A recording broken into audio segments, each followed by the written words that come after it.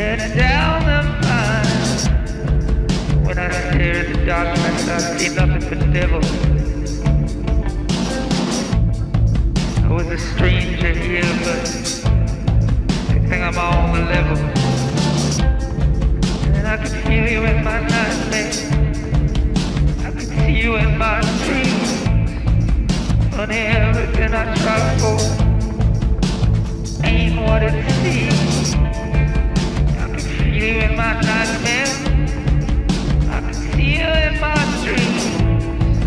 Funny, everything I try for ain't what it seems. Guide me out of this harsh ungrateful land of abandonment. Dance me to forever. Dance me to forever. Guide me out of this harsh and hateful land of abandonment. Dance me to forever love. Do your bones glow at night? Do they shimmer in the moonlight? You know I love you alright. Oh my God. Do your bones glow at night? Do they shimmer in the moonlight?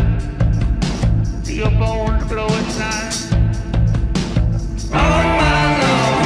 Guide me out of this harsh ungrateful land of abandonment. Dance me to forever. Dance me to forever. Guide me out of this harsh and hateful land of abandonment. Dance me to forever love.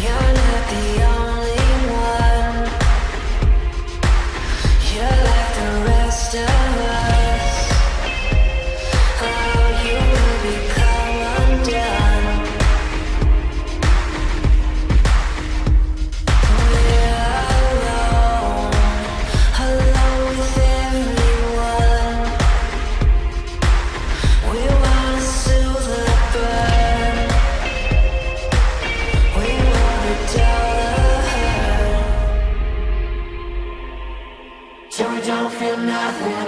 Why should we try so hard?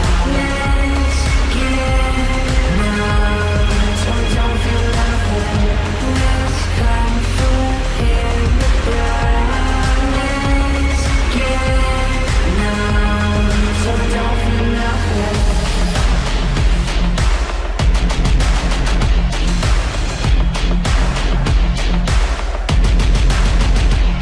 Here alone, we didn't choose to be born under a dying sun. Just let us cool the blood till we don't feel nothing. Why should we try so hard? Let's get numb till we don't feel nothing. Let's comfort in the dark. Let's get numb till we don't feel nothing.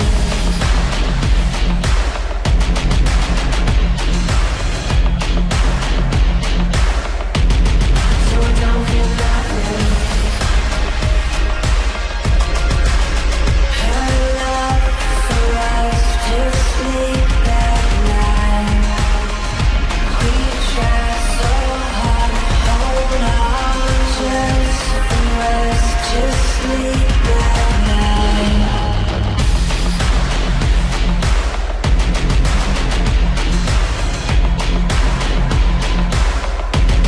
Till we don't feel nothing.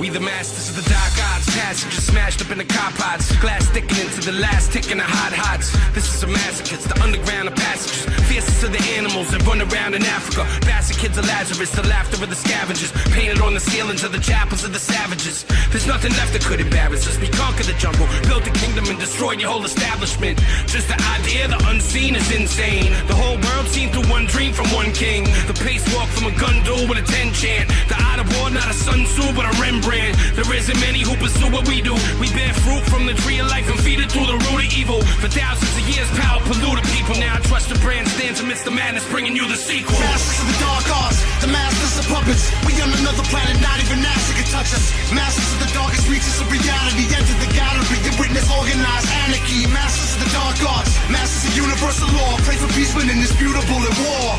Masters of the darkest hours of our times, masters of our destiny, we're the masters of our lives. Masters of the dark arts, blast the firearms bark. Assassins dive in the high tide and find sharks. Passes out the glide by like cyanide darts and climb cataracts the size of the sky to blind guards. And give lightning bolts to frightening coats. Thermonuclear assault, bought and sold amongst shifty folks. Pope, side tollers and shamans, ogres and goblins, cobras and moccasins. Soldiers rub shoulders with congressmen, Saudi Arabians on Twitter. Skull and bones on Google and Facebook. Face off, get your face took.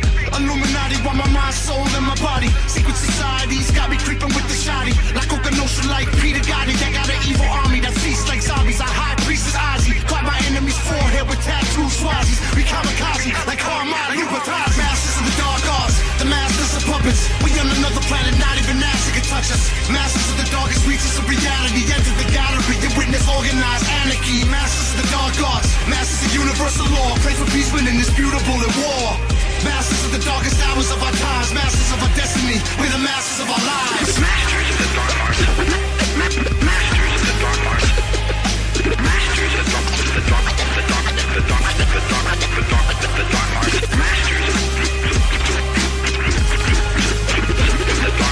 Masters of the dark arts. Masters of the dark arts. Oh, here we go. Hey, how you doing? How's things? How you doing? How are things? First, you sound like shit. I am, man. I am shit. Fucking look at me, dude. Okay, so just in advance, I'm going to be doing some of the heavy lifting tonight, I assume. Yeah. But and if there's, you know what, I don't want to open the lines to people who are going to complain if there's any like sound or lag problems because they're gonna sell us a bill of goods. It's part of To it's put a it feature frankly. at this point. I mean, it wouldn't be the same if we didn't have all kinds of fucking technical issues. Exactly. Non-stop ass rape! I like, you know, if you actually go back and listen to the previous episodes of the show, there's like a defined arc, not an arc, but like a theme that we keep revisiting where your voice changes radically once a year. I think Yeah. Do you remember? you become a You new remember guy. I had dad voice for one episode That one was a great one. because I had a love that really one. bad. I had like stomach flu or something. It was surreal. I go and listen to it sometimes and it's like that. I can be him again one day. I don't know. Yeah. Well, also, we say that like we're fucking 17. Like when I grew up, we're grown up. I thought about it the other day. I thought like I'm running at a runway for the guy I want to be. You know what I mean? I think you're kind of locked in by the time you're 42. Yeah. You know what I Yeah. mean? And I think the patron saint of that would be, for example, Matthew Perry. You know, there was a line where Matthew Perry, like he was gonna be what he was gonna be. And you're probably thinking, oh, this episode, we got a lot planned. I do not have a lot planned for this episode. I was just reading Matthew Perry stories all fucking day. Yeah. Because he got vaxxed. He got one. Here's the thing: there's so many people who had bad Matthew Perry Yeah. stories. Well, like Actually, rape or what? no, nothing cool like that. Just like he was kind of like a dick to people. Let's just hold on, let me see if I can get this going here. Just coming through. Yes, Matthew Perry. We got a whole screen of Matthew Perry right here. Look at this guy. Look at this mensch. Damn. That's unfortunate. I was trying to think, like, did he I used to think, oh, he kind of looked like you when you were younger, but I don't think so. I've told that I looked like Matthew Perry when I was younger, and I fucking don't. Yeah. Yeah. Can I get a confirmation on You that? don't look like Matthew Perry. Don't worry about it. You're okay. See, my wife has this thing that, you know, she might be able to hear me between the floors right now. Annoys the shit out of me. Where I'll show her like a guy that I think is like an example of a handsome guy. I'm trying to phrase this where it's not going to come back to, oh, here's Gay Dimes making his appearance, but like an example of a handsome guy. And I'll be like, oh, look at this guy. She's like, oh, that guy's not handsome. Which makes me question if she, like, every time that she calls me handsome, like, what the fuck does she think handsome is? She thinks handsome might be Matthew Perry. Yeah. Yeah. Look at this. Look at this. Can I face dox you? I'm gonna face dox you. Dimes looks like Tom Sizemore. I'm sorry. I think I spelled that wrong, but Probably. hey, I look like this guy. Yeah. I gotta find. I was thinking like, no, I gotta find an earlier era of Tom Sizemore. There's no good. Maybe that's the closest There you you get. go. That's a carefully managed. That's his photo. He would pass paid around. for that one. Yeah. Then you say that, and then this guy shows up holding a cigarette. Wrong to smoke it. First of all, that's not where you put it if you want to smoke a cigarette. What is he doing? Jesus. Being guy who just learned how to smoke cigarettes. Yeah. Look at this. Look, he looks like a fucking like Shadow Colin Quinn. Oh, doing this. Well, I'm coughing this episode. What are you doing?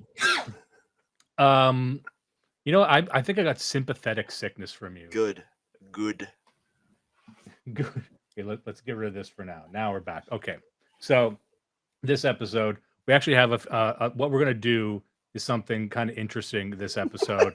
What we're doing is we got $5 from Milk Road Trucker on Odyssey, and we're gonna do a Matthew Perry deep dive. That's actually that's the episode. Oh yeah, Matthew Perry deep dive. Okay, so this is the funny thing. This is the first time I think I've seen this where a celebrity died, and usually out come the videos of people saying, oh, I knew him and these great stories. He was a humanitarian. He was actually a funny guy. It's only negative stories about Matthew Perry. It's worst taste I've ever seen it, and nobody cares, which is kind of funny. He's But the like, whitest guy though, man. I don't know anything about him, but just like looking at him, if you're not a white person, you can think of him almost like a platonic white guy, like a quintessential white guy. He's a pretty it was he's a weird. pretty hateable looking guy. Well, no, now that's going to be taken as an anti-white comment. Actually, by the way, Well, I mean, I don't He's- like the way he looks. I don't think he's so white, he's hateable. Now he doesn't look like a that's real chill guy. bad. You know what? I was at Burger King the other day, and there were 3 like HR guys. Fuck you, Judas. Fuck, hey, Jesus Christ. These guys sitting across, and it's those types of guys. I'm not saying I'm a fucking white guy. I don't hate white guys. I'm just saying like the guy who wears like a tucked in polo shirt and then takes his work friends to Burger King for lunch. It's a very specific archetype. I don't know that one. You know, you don't know that one? I don't know that guy. There's a lot of them in just- Mississauga. It's just a guy you knew. A lot of your archetypes are just guys. His name's known Nelson. On the job Yeah. site. I remember old work stories from you about like dipshits you would work with. You know what I thought of the other day? You told a story about, and then this destroyed the man's reputation. It was a story about you went to McDonald's and he asked for like a McChicken and they gave him a Big Mac and you had to like coach him like, no, that's not what you ordered. Go back and correct them. Get what you want. And he just kind of sat with the Big Mac and ate it dejectedly. And like, I don't know, like you had such disgust in your voice when you were doing that. And I don't know. I think about that a lot, about the guy who's just like, well, no, it's here. It's funny because if I had just left it alone, it wouldn't have been that bad. But me drawing attention to it made it worse for everyone. So he could have enjoyed it and you robbed him Yeah. of that. All right, so I'm going to double check that the sound effects are working. Do we got an oh yeah? we got to know, yeah. Nice. Okay. So let's stop talking about Matthew Perry for a second. Actually, one last thing. Matthew Perry does seem like a guy who, like that type of waspy white that would have come from a Yeah. well-connected family. Yeah. And for him to just not be that guy is very amusing to me. Like that is, if there's one group that might have had white privilege, like he looks like that guy. Like you'd say, he looks like a type of guy who could like call up his uncle to get something done. Yeah. And there was one story that Louis. Okay, I'm just going to tell us one Matthew Perry story because I think Louis C.K. had the wrong read on the situation. He was telling a story where he was at a movie party, like a rap party of some kind, and celebrities just show up to these things, right? And then Matthew Perry was there, and Matthew Perry, a lot of people forget, used to be like an actor after Friends. He was in like a dozen or so movies that probably made money. He's like that guy from Workaholics that they keep trying to shove down everyone's throat. The guy who looks all fucking weird. Anyway, but they're at the party and it's free drinks, like open bar. You go to these things, you get to drink as much as you want. And Louis C.K. there, he tips the waitress, tips her $20. And then as he's reaching out to hand over the money, Matthew Perry sees him doing it, grabs him by the arm and says, no, the drinks are free. You don't need to pay them. The drinks are free. And he's like, no, I know that, but I'm tipping the waitress. Like I'm paying it forward. He's like, no, that's too much. You're tipping too much. And he's like grabbing his arm and pulling the arm down. And then the waitress is like, no, he can do whatever he wants. Like, yeah, I can do what I want. Like, no. You're tipping too much. You don't got to do that. He told this story as if I'm supposed to hate Matthew Perry. And that actually sounded like a cool story. Like, no, you're like, we live in a society. Yeah. You can't have one guy in the whole place tipping $100. He was being pretty nice about it, to be honest. You know what I mean? Like you're gonna ruin it for the rest of us for all fucking week. Those girls have been walking around expecting however much. He get $30, $40. This is insanity. There have to be rules, you know. You can't have people. You can't have guys going around doing that. Well, you got to ask yourself, like, men at different times in your life, men will be presented with a choice. Do you want to make one bitch happy, or do you want to save society? Yeah. And he's make a bitch happy, and that's why he got canceled. By making bitches very uncomfortable. He did the way you're supposed to. What you're supposed to do is make women happy sexually and then make them unhappy socially. He did the opposite. Louis C.K.'s got it backwards. He makes women uncomfortable sexually and then happy at a restaurant, I guess. I don't know. Precisely. Wicked sick. That's a good comment. I like that. Thank you. Quake guy agreed with that. That got me coughing. I'm going to try a new thing here. I'm going to show. Here we go. James Nope saying young Matt Perry wasn't an ugly guy. Thank you for that, James. Now you're gay. Yep. Oh, James Nope. I'm sorry if you're not in the chat, but you're not allowed. You're not supposed to critique men's looks. That's Dissident a gay podcast thing. clip says LOL. I assume that's for me. No, that was mine. I was after I made a joke. I saw it come up. No, that one's mine. You got it wrong. You got it backwards. You got it twisted. Oh, we got one from here. Omega's 13. Oh, hey, for once the YouTube live kicked over. Well done, gentlemen. Let's get a round of applause for me. Also, I wanted to call some attention to Omega's at the top was referencing. We got a few things here. We got Wank Satellite Nights Live. We've got Blood Wank Nights Live. We've got Blood Satellite Wank Live. And that, yeah, and a lot like that, a lot going down the road. I would hate for this to turn into yet another wank avalanche. It's not. Don't jinx it, dude. You know, I had a new sound effect of like a gross splooge, and I didn't put it in the soundboard. You're not on your A game, eh? Yeah. I don't know how we're going to continue without that. Yeah. Now that I know it exists, I need to have it. Can we stop? Can you go and go? Look at this faggot. All right. So we're gonna. I gotta scroll up to hide this now. Enough of this wank. Enough of this wank stuff. Hope people like the stream overlay. By the way, I made this myself. 20 hours in Adobe Acrobat. Yeah. So he's so creative. What we're gonna do today? Let me just look at my notes. I got a lot of timestamps here. Oh yeah, before I forget, I'm not going to remember this for the next episode. I got to get it out of my system. This one goes out to Ted LaFaro, who we were talking about liminal biscuit. Yes. Liminal biscuit. Yeah. What was it? It's just one of those days living in a Silent Hill song. Every hallway's long. Everybody's gone. We've been going off on liminal spaces a lot recently.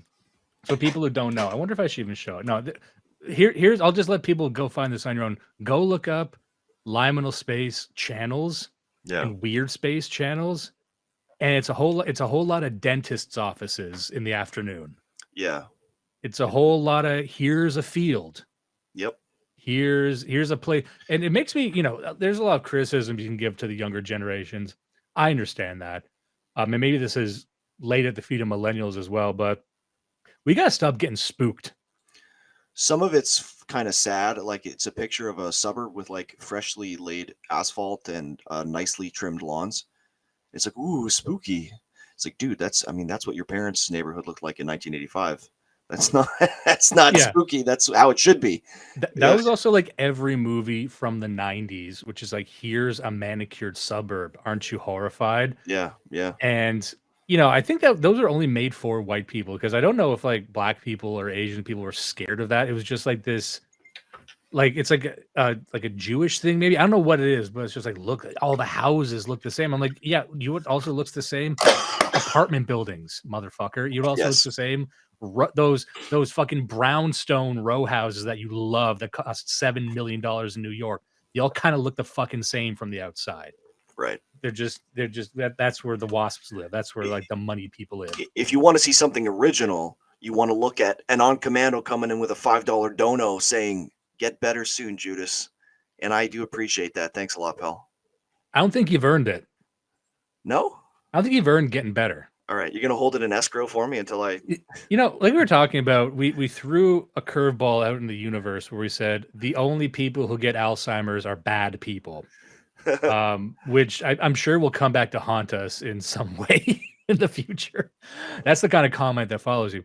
But also, I think like your sicknesses are, I don't want to say a moral failing. You think I'm milking it?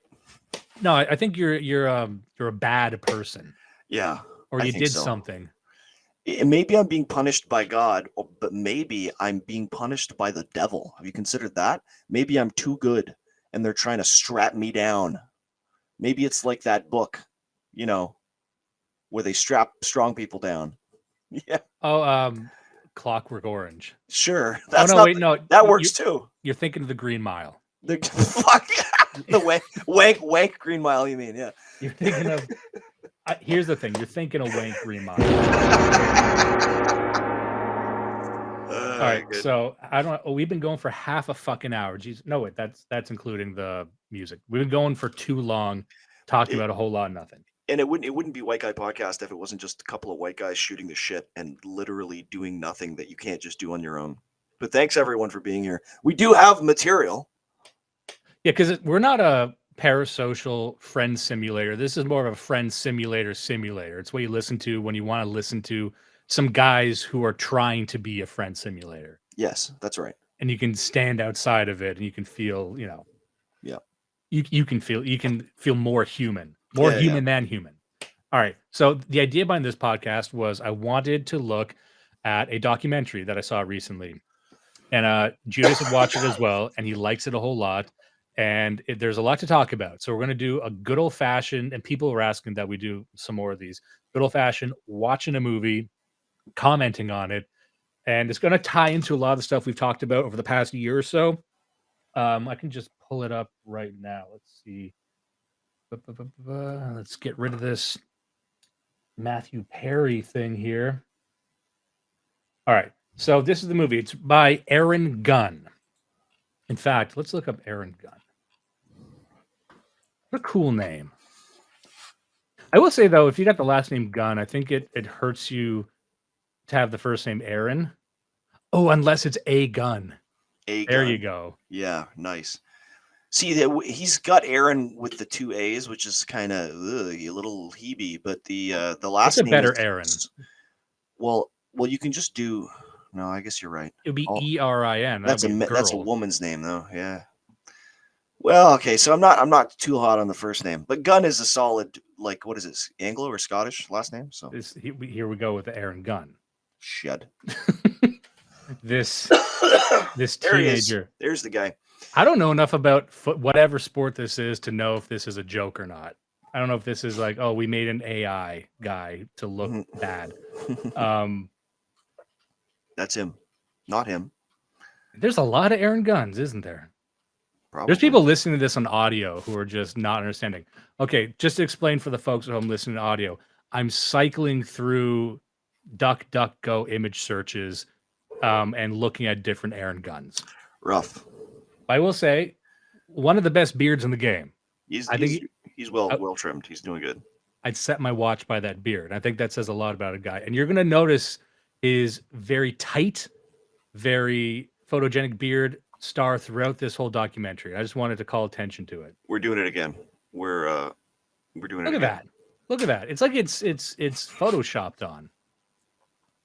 Although that's a strange, like I wouldn't be on camera doing that position though. That's very much a Shark Tank sort of look. Yeah, he does that a lot actually. The tenting the fingers. Yeah, well, we're not going to get through this without ripping Aaron Gunn apart. But it should be said right up front. Love the guy. It's a great documentary. Don't want him to spot. But I mean, he can't. So okay, for the folks at home listening to audio, what I'm doing right now is a duck going important hand gestures. Fucking Christ. So like if we were you and me are on camera, like, we don't want to do that. What should we do? Because Trump has the thing where he's like conducting an orchestra. You thinking this Italian hands? Yeah, Italian hands. What do we got here? This one you would need 4 hands. It's called gesticulation, but I always thought that was a little bit sexual. I don't know why. Okay, I'm looking at this gestures and there's just an eye here. That's not right. That can't be. It's interesting. It's interesting. Well, this looks almost like a baby's hand like doing the cross fingers. Gestures of biblically correct angels is what that is. You think there's guys out there with like babies' hands? Probably. There must be, right? Okay, so you and me, here's what we do. We go on camera and we do the devil horns, but we're just like we're gesticulating as if we're just making a point. Okay. So what we're going to do is we're going to talk about this fucking movie. It's very good. You know what? We're going to start. How about we start? Here we go. Okay. So I got some timestamps here. So I'm going to watch the intro because I think the intro sets it up, and we'll start and we'll stop at our leisure. Is third world. We live in a open prison yard. Why should my kids have to live in that risk and that danger? Other citizens have rights as well. You have a right not to inhale secondhand crystal meth smoke. It's really a case of the inmates running the asylum. What is happening to Canada? Drink him in. Look at this guy. There he is. There's our boy. A fitted hoodie, might I add. Sleeves strategically rolled up, and I'm not trying to mock anything. I think this is a good look. The way where you paused it here, he does have the expression of like deep sadness. I don't know. Well, it's a very, and I'll just set up the documentary. So this is going to be about the drug epidemic. It starts in Vancouver, but it paints with a broader brush the entirety of Canada. And it will touch on a lot of socio-political issues that we've talked about on the show, the proliferation of drugs, the legalization of drugs. And as you'll see throughout the documentary, we even get into manufacturing hard drugs within Canada.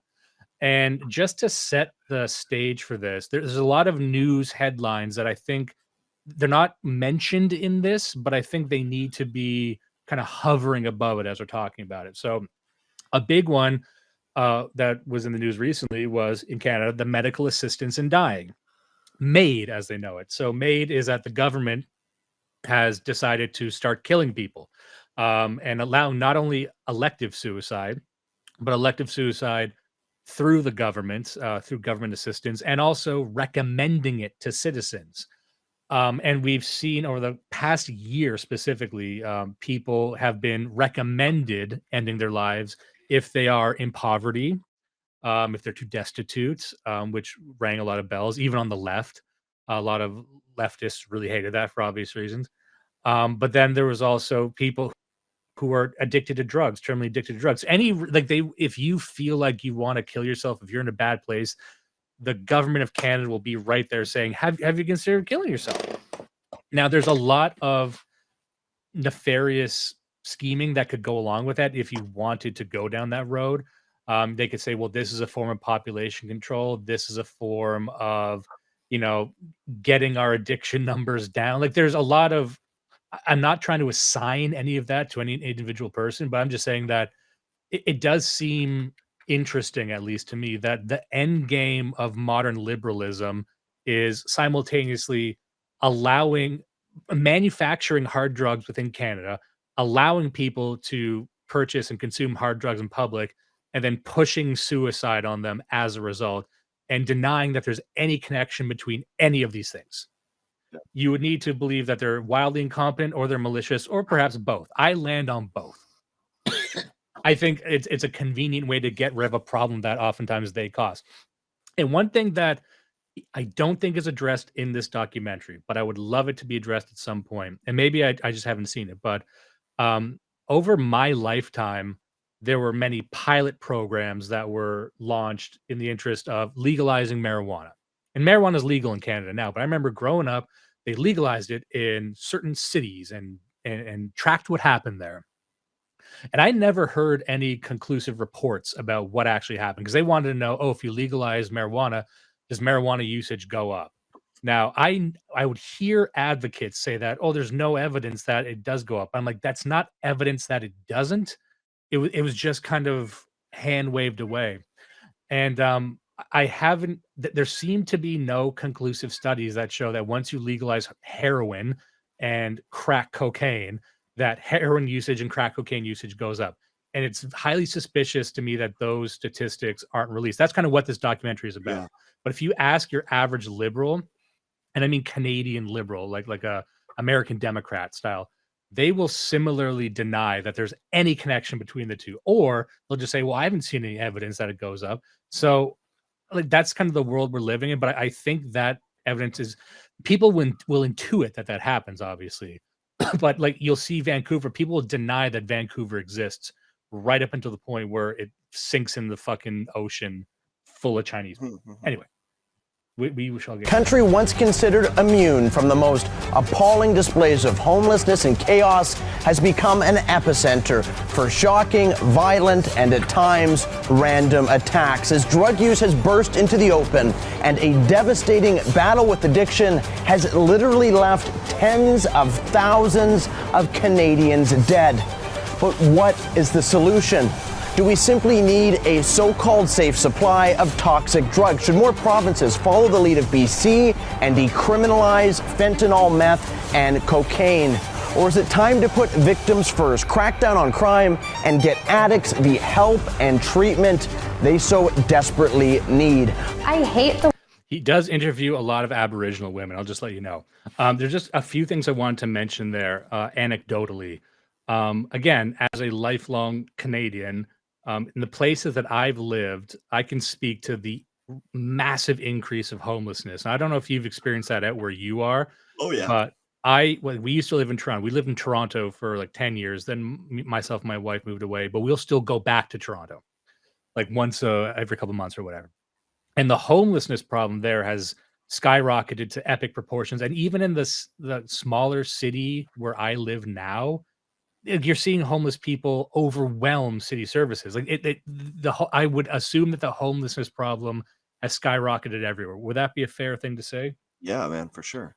Like, I live like more than an hour away from Toronto now, but there's still there's homeless guys that camp out on the on-ramps and off-ramps, like the grass pavilion by the on-ramps and off-ramps when I get on the highway here. And it's like we're in the middle of fucking nowhere, man. Like they're sleeping in like in tents under trees and shit. It's wild. Yeah, and one thing for people who don't know what that's like, because again, I would speak to people of certain political persuasions who would say, what's the big deal? When I was in Toronto, we lived downtown in a condo. And when you live downtown, you're always within the proximity of a couple of homeless shelters. So one thing you notice about homeless people, and also let me just start by saying this, I reject the category of homeless.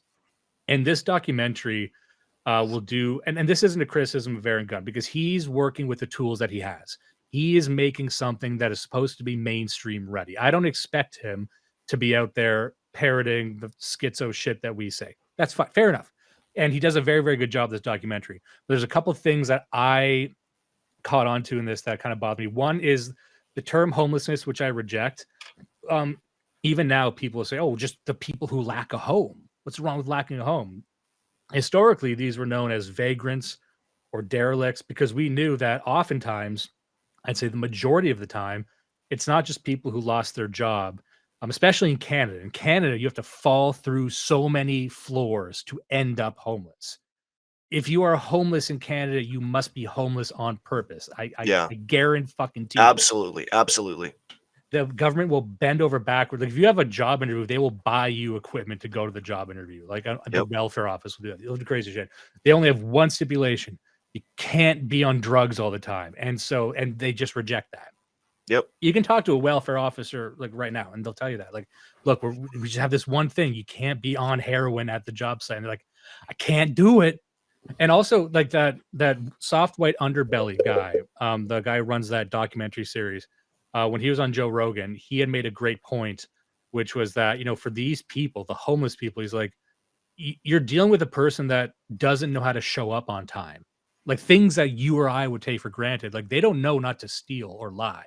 Like they live in a world, they are the type of person, like you cannot force them or trick them to set an alarm clock or to not steal your copper pipes like that. And he's like, that takes like 10 years to get that out of them. So this idea that they're not just like dyed in the wool, it's in their DNA criminality is a bit of a misnomer. So I think the entire, and again, this isn't his job to do this, but the framing of like a lot of these addicts, some people do fall into it, especially when they're young, but a lot of the guys you actually see on the street, like you're not going to get them off the street. And every time you give them homes in the cities that I've seen and been to, they'll give them like tiny homes and they burn them down because they think it's funny. Yeah. So it's like, you can't work with these people. But anyway, and so that's why I think you need to take the category of homeless and addict even and split that into like 4 or 5 subcategories. Like there are the people like the teenagers who are like fall into there and you can get them out. But then if you're 45 and you're there, like you're kind of you're a different creature in a sense. Agreed. And also, yeah.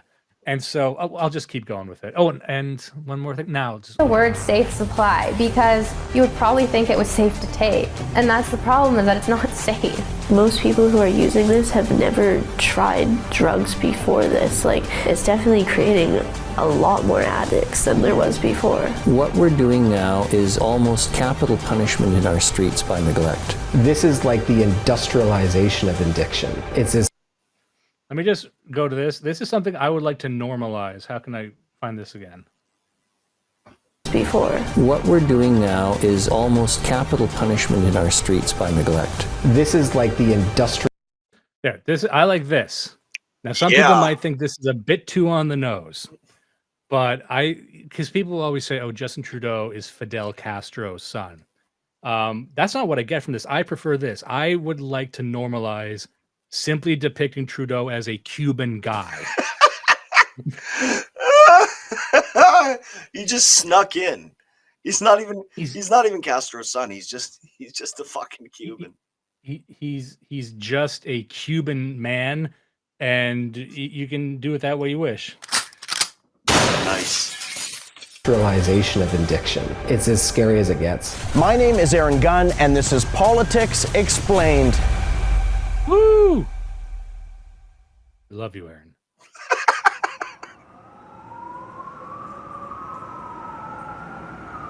Okay, we don't need to introduce yourself again, like if we're being fair here. Once is enough. All right, so I'm going to skip ahead here. Actually, no, I'll keep going because it gives important data. All right. Not a great logo. We begin with breaking news tonight. Police say a man stabbed and assaulted at least 4 people, all in a matter of minutes, and they are not sure of the motive. Video of the incident shows the woman pushed from the subway platform onto the tracks. 4 victims were treated by paramedics after a woman allegedly assaulted them with a bottle. Police say the victim was hit in the head with a large pole while walking to class. New details tonight about that stabbing attack that left one woman dead and another injured. Police now say this was a random act.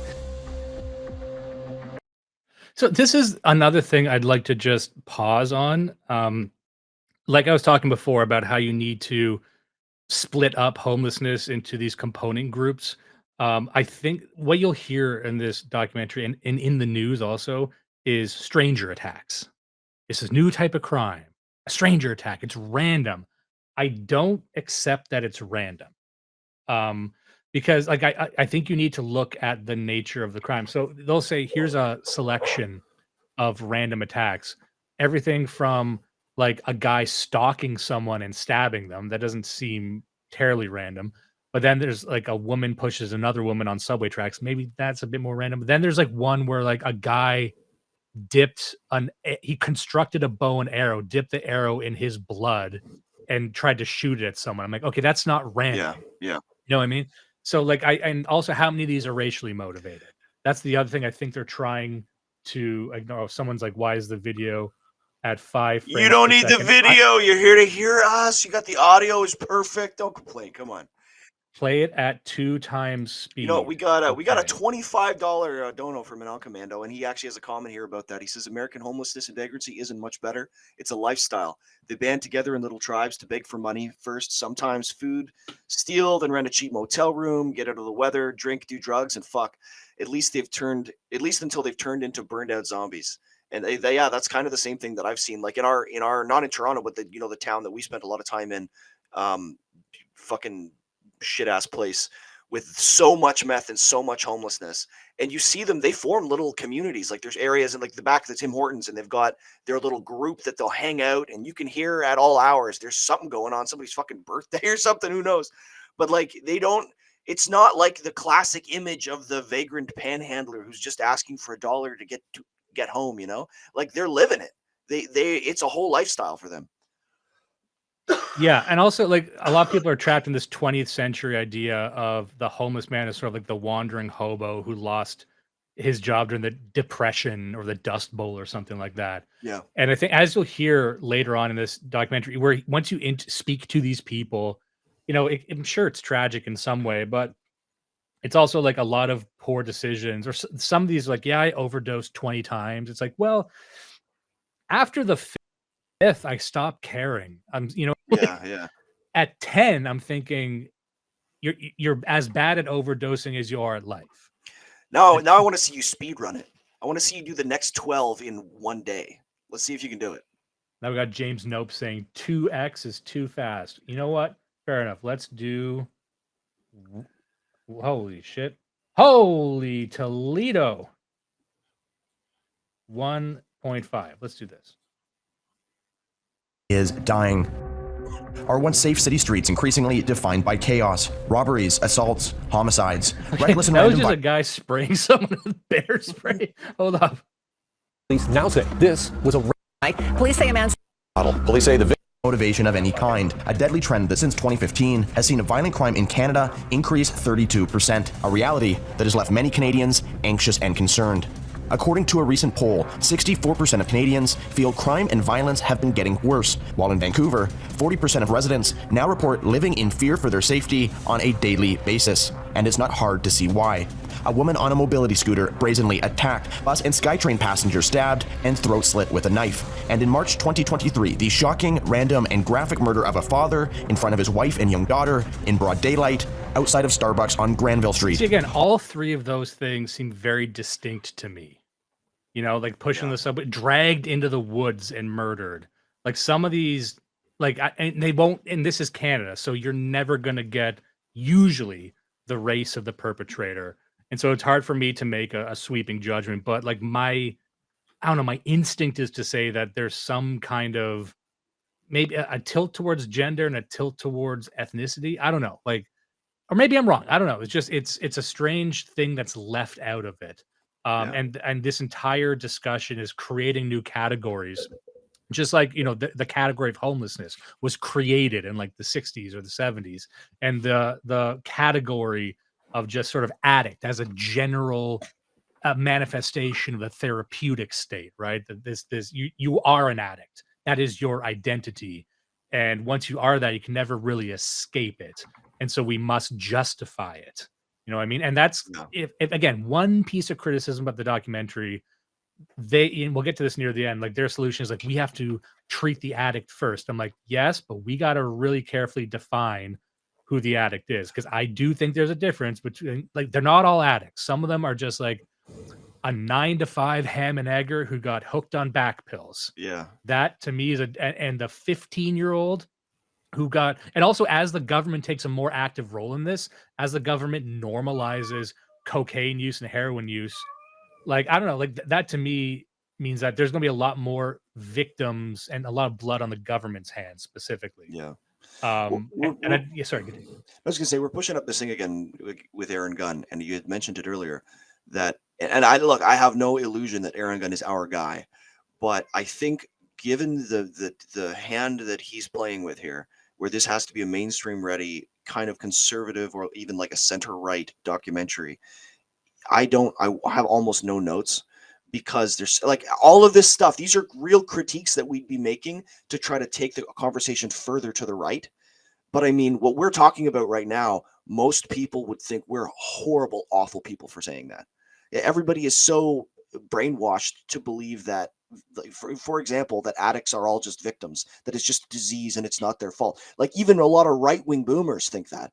So like it's almost like that issue on its own needs to be approached, but can't even be approached until we solve the main thing, which is somebody somewhere is intentionally making millions of dollars by giving drugs to these fucking people.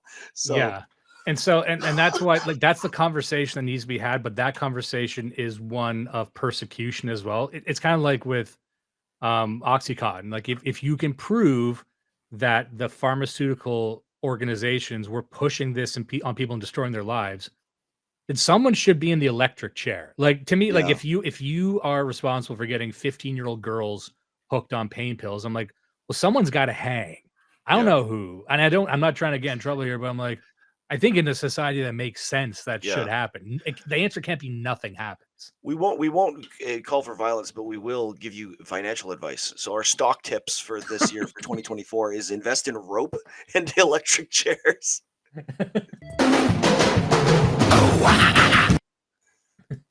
All right, so it's going to take us. We're not going to get done this today. Okay, let's keep going. All part of a terrifying trend known as stranger attacks, which have increased 35% in Vancouver last year alone. But these shocking, violent, and random attacks are no longer exclusive to Vancouver. Toronto police say 16-year-old Gabriel Magaloish was sitting on a bench at this Toronto subway station Saturday evening when a man approached him unprovoked. Magaloish was stabbed. He was rushed to hospital but died not long after. I just want to say, this is probably completely inappropriate. It's kind of funny watching an ambulance go in fast motion. Evening when a man approached him unprovoked. Magaloish was stabbed. He was rushed to hospital but died not long after.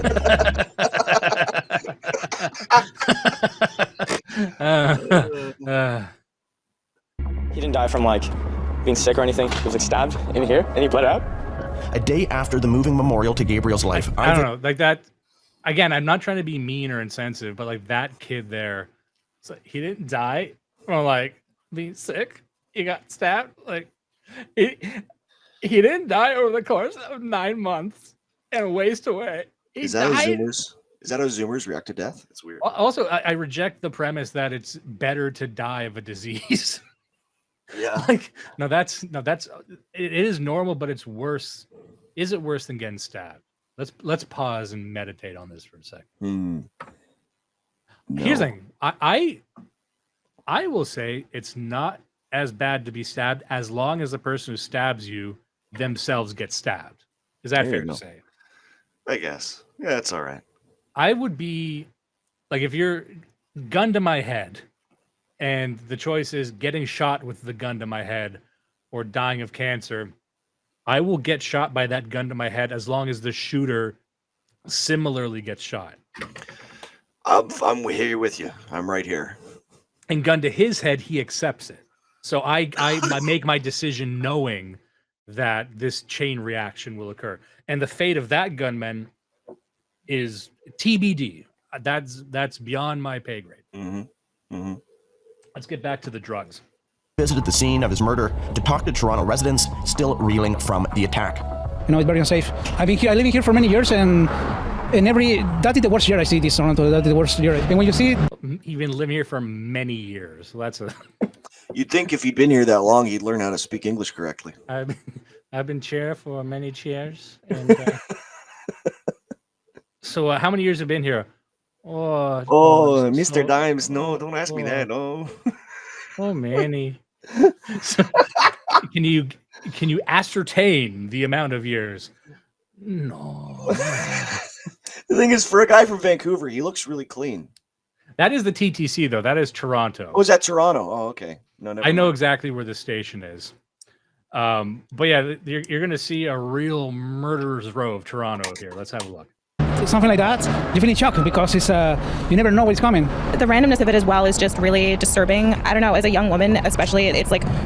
Let's also pause here for a second. Again, you know, I'm not trying to just gum up the works here, but I think we as a group, we need to figure out, what is this shirt? It's Toronto, dude. Have you been? So let's lately? Look at the jacket that Aaron's wearing. Like exactly. It's chilly. It is a cold day. It's a wee tit nipply, as they say. It is a. There you go. It's a wee tit nipply. What do we have a sound effect for wee tit nipply? Let's have a look.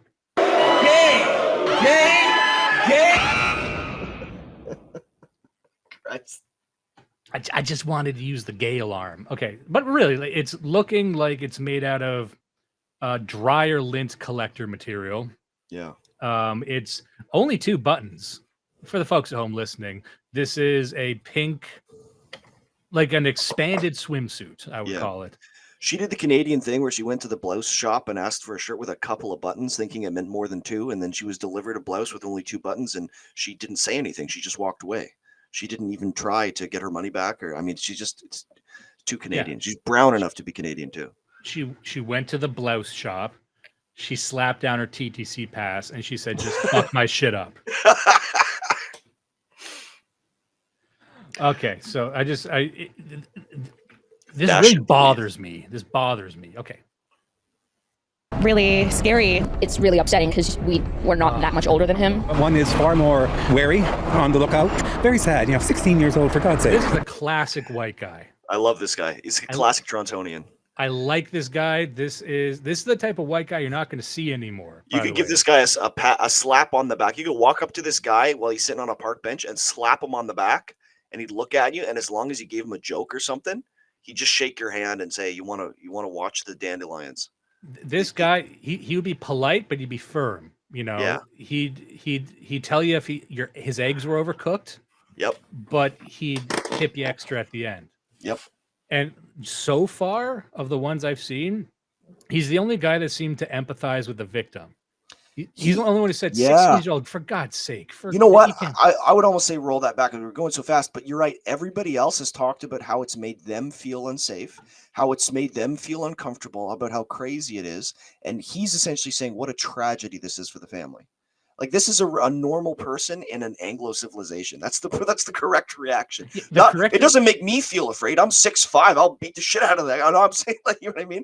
Like, it's sad for the family. It's him saying that there's a bell ringing in his Anglo mind, which is that someone should do something about this. The system isn't working properly. Machines broken down. No child should die like that.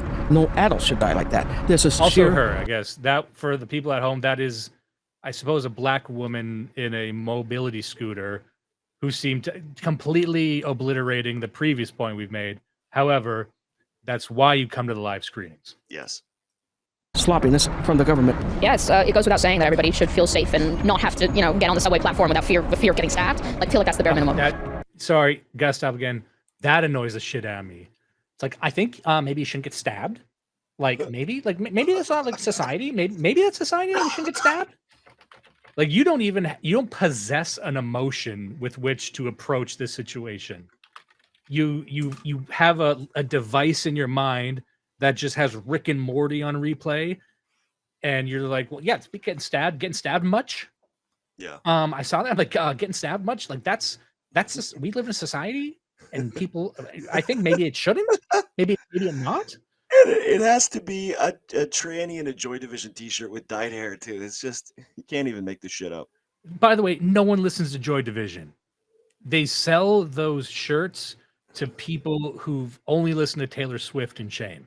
That's what this fucker, this thing. What is that? What's that around the neck? Is that like a some kind of tooth? Yeah, that's weird. I should stop roasting Torontonians. Let's move on. But the murder of Gabrielle Magalhaes was hardly an isolated incident on the TTC.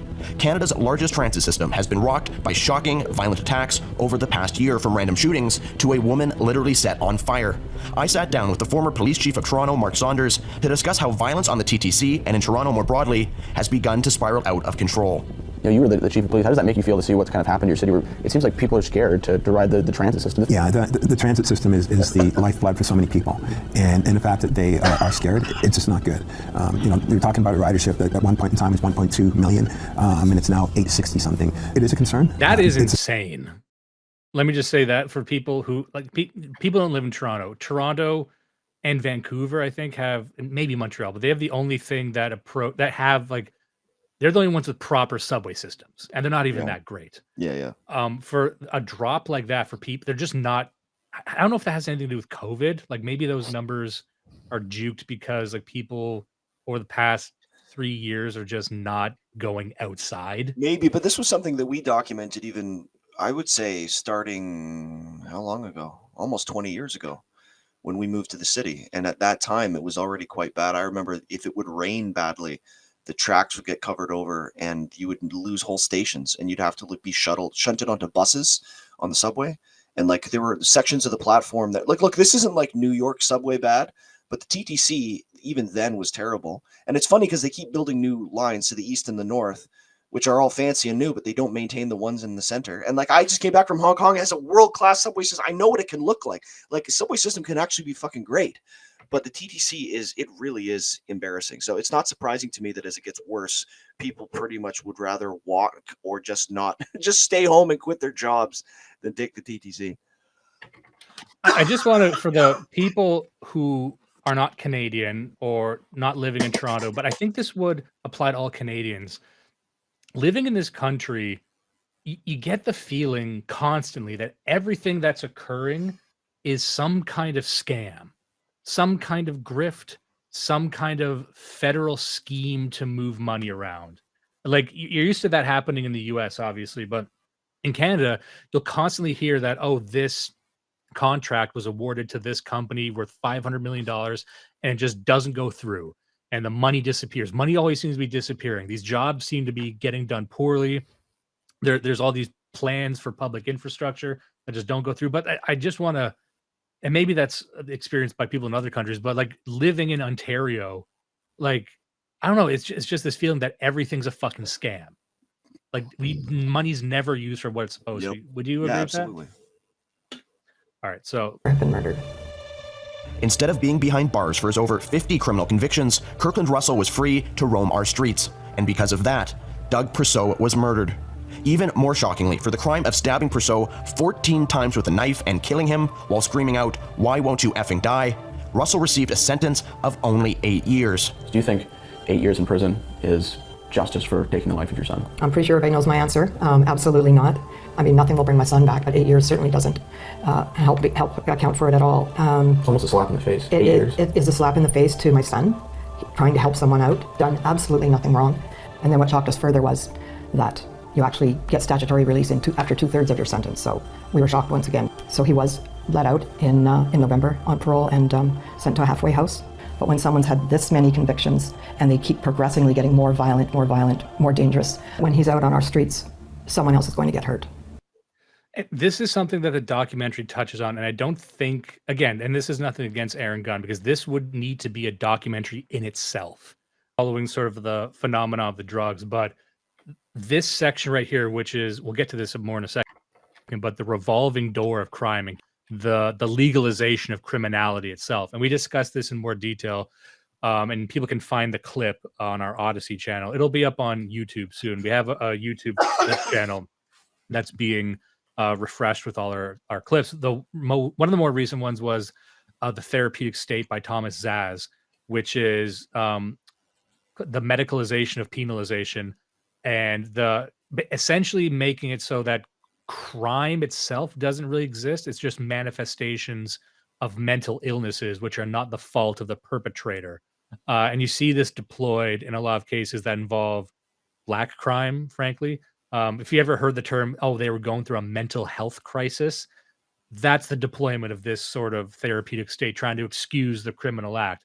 And you'll see that happen here. So in this case, there's a guy, 50 convictions, but they will look at him like, oh, he's an addict. Oh, he's mentally ill. And it's as if that illness was what drove him to do it, meaning that he didn't really commit a crime. Like, someone is dead and he's in a fucking halfway house, and nothing really, and really the only reason that is due to the brazenness of the crime. Like, if they could let these guys out, they would. And we'll get to this later in the documentary, but they get into the reasons why this is that there's just too much crime. Because there's so much crime, you just need to legalize crime. Otherwise, what are these poor judges going to do? Right? All right. So I'm just going to... Somebody think of the judges. Somebody... hold on here. Is dead. But just how common is it for our justice system to release dangerous repeat offenders like Kirkland Russell and Jordan O'Brien Tubin? And has Canada's justice system become little more than a revolving door? To find out, I traveled to Ottawa to meet with Larry Brock, a former Crown attorney from Brantford, Ontario, who now represents his riding as its Member of Parliament. I was just seeing more and more familiar faces in the criminal justice system being largely responsible for the most significant proportion of serious criminal violence in our community. A lot of stabbings, a lot of shootings, and frustrating aspect was they were continually being released. These so-called prolific offenders who are consistently arrested and then released are responsible for a majority of the crime across the country. The problem has gotten so bad in British Columbia that the mayors of the 13 largest municipalities wrote to then Attorney General, now Premier David Eby, literally begging the government to do something. They shared data that showed just 207 of the most prolific offenders in the province were responsible for more than 11,000 negative interactions with police in the last year alone. Let's just pause on that for a second. I have no reason to doubt these numbers. Yeah. As far as I know, this is a serious guy. It's a serious documentary. That's fucking insane to me. But it makes sense, right? Yeah, it's a little bit crazy. A little bit. And again, like, I think to tell this story, you need to tell the story of the details. You need to break this down. And, okay, what do you mean? Like, I already told the first part of the story, which is that these are all violent. Like when we say criminals, we don't mean pissing in the street. We don't mean listening to podcasts too loud while you're driving your convertible down Yonge Street. They can't catch me. They couldn't catch me when I was driving down Bloor blasting Mr. Bond out of an open window. They're not going to catch you for playing a little bit of Blood Satellite. Yeah. It is a little seasoning on the day. But it is ludicrous that this one group of people, like these few hundred people, are responsible for the majority. And again, who are those people? Are they all addicts? Are they all of one particular ethnicity? You know, we don't get that story, and I think that's a crucial part. James wants us to repeat the numbers. They said there are 207 offenders in British Columbia who commit 11,000 of the crimes. There's 11,000 police interactions. Prolific offenders in the province were responsible for more than 11,000 negative interactions with police in the last year alone. A catalyst for surging crime and violence that has not been limited to large cities like Vancouver, but has also affected much smaller municipalities, including Victoria, Kelowna, and the once peaceful Vancouver Island city of Nanaimo. Nanaimo is where all the hippies used to go. Yeah. Every weird girl I ever knew who was man. getting a bit too old was going to start a new life in Nanaimo. That was where all the lonely guys are supposed to retire to. Yep. Find a lady who's into watercolors. You go to Nanaimo. Yep. Now you're just going to find a bunch of stabbed pelvises. It's the Canadian Sedona. I don't know what that means. The magic crystals in Arizona. Oh, okay. We should. I got. We're doing a Blood Satellite Sedona trip. Here we go. We're gonna go to so many retarded places. We're gonna podcast on peyote in a desert. I don't really give a shit which one. We're just gonna do the Fear and Loathing thing. See, this is something like, just to address this. I don't have the data or the facts or even the theories in front of me, but to me, if word gets out that these prolific criminals are getting away with it, that has sort of a psychosocial broken windows policy to it. Like, for people who see that the brazenly villainous and criminal just keep getting away with it, that either encourages them to be apathetic about it or allows them to do crime themselves. Like, if you just know that this is happening and it's known that there is no justice, well, then everything gets a little bit worse incrementally. It's either a few things get 50% worse or everything gets 1% worse. And it turns out everything getting 1% worse is probably worse for society. That's what I was going to say. Like, looking at it from the perspective of a father, if I'm trying to discipline my idiot kids, and I think a lot of these people are on the psychological level of like a 3-year-old once they're doped up. If they commit a crime, you can lay down the law for them and say, what's happening right now is I'm being very, very lenient. And I don't have to be, but I'm being lenient because I care for you. But if you do this again, I'm going to drop the fucking hammer. And if they do it again, that's it. That is actually it. It's rehabilitation, life in prison, the bottom of a pit, electric chair, something, but you're never back on the streets again, ever. It's over for you. It's fucking over. But the fact that they let them go through the first one and the second one up to apparently the 50th interaction, at this point, you got to imagine they've got it down to a schedule. They're like, yeah, no, I do it grocery shopping at Farm Boy, and I steal it, and they arrest me, and that's fine because I've already dropped it off, and they'll let me out with $0 bail by 3:00, and I can go for dinner with my girl, and like, it's the fuck, man. What's the point in having laws? I know in the chat, Sunflower Society had made a comment about, I don't see any Indians, streets. And I had this image in my head of like a Japanese guy going to jail, like in Oz or something, for, drug, and getting a standing ovation as he comes through. Like, you never see, when's the last time you've seen a Japanese guy sitting down even? Yeah, it's true, actually. Jeez. It's kind of over. All right, I know I'm going to skip ahead in a second, but I just want to see if this is. Recent numbers show severe crime up 44% here in Nanaimo. I don't feel safe. It's the first time I carry a knife now. I will pull this and it's an alarm for me to feel safe. I don't feel safe in my neighborhood. This is Kevin Shaw, an outspoken and longtime Nanaimo resident who's fed up with the skyrocketing crime and violence plaguing his hometown. It's gone from where? I love the beats. The sped up, the music break beats on that. Yeah. I like this guy's shirt. Oh, the top button undone. Yeah. Yeah. This guy knows where to get the good liquor at the Polish shop. I'm not trying to like dox myself here, but I'm literally gonna be this guy when I'm that age. Like Dude, you are this guy. You're already there. I have this shirt. Yeah, I know. I'm gonna say fuck it to eyebrows. And if my hair doesn't look this naturally, I'm shaving my head to get, and I'm going skull it. Okay. Do it. We just had people freaking out, yelling and screaming, to needles, to knives being used, to machetes. A man who had been stabbed staggered into the mall. Bystanders rushed to help, trying to stop the bleeding, and did not survive. To axes being used just a few weeks ago, and now several shootings in just the last month. Residents rallied in Nanaimo Thursday following a brazen shooting over the weekend. You know what? I remember when we were discussing the encroachment of the Chinese triads and Chinese organized crime into. They made a point that China, and we covered this in one of our clips or one of our episodes in the past, that the triads, their chosen way of dealing with an adversary or a target in public was to take meat cleavers and just hack at them on the fucking sidewalk, right? Yeah. So I think one model to this is like we should really break down crime by the weapon used. Like just hearing that, it's like, oh, there's a stabbing, but then there's an axe and a machete. I'm like, okay, machete crime goes in its own bucket. Yeah. Like, right? Like if it's like, oh, someone got like hit with a car. Okay. If someone is hacked at with a machete outside the mall, like that's a new type of thing. Yeah. Right? Ceremonial daggers is another big one.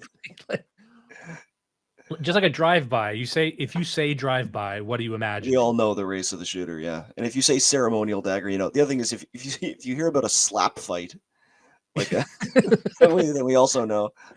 This is the thing about Indians. We just haven't made their stuff illegal yet. We don't know what to do with it. It's like, shit, I mean, I don't want you to do this, but you're not hurting, and you're not even hurting each other. So I guess carry on. Shit. There just hasn't been enough slap fighting where we have to be like, okay, someone needs to write a law. This needs to go into the Bill of Rights.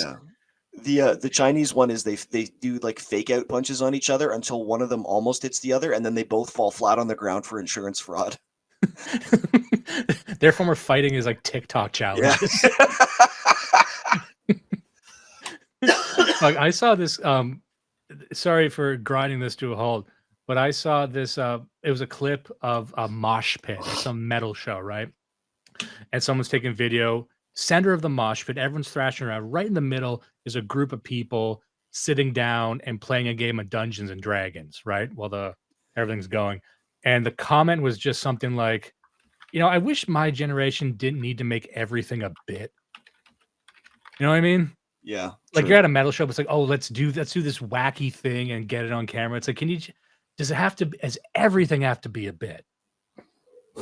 And that really struck at the core of me because I'm a guy who kind of lives out bits and stuff. And, it was probably designed for me. All right. Exploded. Actually, let me just hold up. I'm just going to skip ahead here. 16.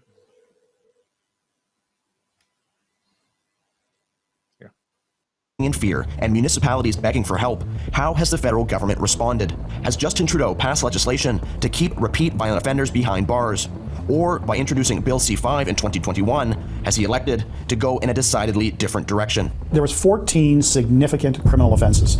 Kidnapping, criminal harassment, discharging a weapon in the commission of offense, an armed robbery, trafficking in drugs, such as fentanyl. There were significant mandatory minimum penalties for those offenses. That's what the government took away. Justin Trudeau's Bill C-5. Just C-5. to rehash that in case people missed it, those offenses, which again, aren't things that people just slip on a banana peel and fall into. It's kidnapping, it's trafficking of fentanyl. There was minimum sentences for that. And oftentimes the minimum required mandatory minimum sentence is to address the fact that this is a unique social problem. And people will often say it's hypocritical that, crack was disproportionately sentenced compared to cocaine, but the crack epidemic was a different sort of epidemic, similar to what the meth epidemic is. I think people would treat meth trafficking differently than just marijuana trafficking. I don't want to get off on the whole thing on that. But if you're removing the mandatory minimum sentences for fucking kidnapping and trafficking in fentanyl, that blows my fucking mind. Yeah. And that's just not a municipality. That comes directly from Justin Trudeau. And you know, some people say, "Oh, he's just a puppet. Oh, he's just this dunce." But you know what? If he takes credit for it, I'm gonna give him credit for it. I don't even like the argument with people like the other side of it is people saying, well, you know, there's cases where somebody who isn't really that guilty of kidnapping is charged with kidnapping and they shouldn't really have to serve. Like, no, hold on a second. Are they or are they not a kidnapper? What is the definition of kidnapper? Because now what you're doing is you're calling into question whether the court system even works. And I think that's intentional. I think that's what they're doing by removing all these mandatory minimums. They're saying, well, what they're actually saying is maybe these laws are too strict, not like the laws themselves. Like maybe kidnapping isn't as bad as maybe, you know, maybe child molestation isn't the worst thing. I don't know. Maybe you really shouldn't go to prison. Maybe you just need to be rehabilitated. Like that's where this is going, you know? The mandatory minimums ought to be there because it's a backstop that says this fucking thing at the least puts you behind bars long enough for you to fucking want to shoot yourself. You know, you fucking deserve it. Here we go. I cut this off a bit too early. Supported by the NDP, received royal assent in 2022, meaning that for the past year, 14 serious offenses carried no minimum sentences at all. But even more controversially has been another piece of legislation, Bill C-75. The Liberal government has tabled Bill C-75. This looks at changing the way that our courts work with the goal of getting to more cases faster and perhaps making the process less prone to discrimination. If it's easy to skip that part, that can get lost in the sauce here. But like the admitted goal was that there's just too much of this crime. Yeah, there's just too much. What are we supposed to do with all this crime? Well, we can't just it's gum up the works in the courts. Let's just get rid of it. Just get it out of here, and also make it less discriminatory. Well, what do you mean? How is the law discriminatory? How is kidnapping discriminatory? Yeah. You know, again, I'm saying things people already know. Like we've been talking about this shit since like 2010. But just for the first time listener, that the stated goal is to like the only way they could phrase it is, well, there's too many of these criminals and we don't want them anymore. Doesn't it suck having criminals? Isn't criminals kind of icky? I don't like having prisoners. Yep. What if we just didn't have criminals? This is like, I'm not trying to be here. This is very much a woman-brained way of looking. Yeah. Because they're not really criminals, are they? They're patients now. That's where we've gone. Yeah. You know, basically, again, not to be too mean on the female race, but you know how women will always say, like, who hurt you? Like as like an insult or something. Like if you're saying, like, who hurt you? But that's kind of what they say to everything. Yeah. But they say that to like the Somali who's raping them. Who's my actual rapist? It might be capitalism.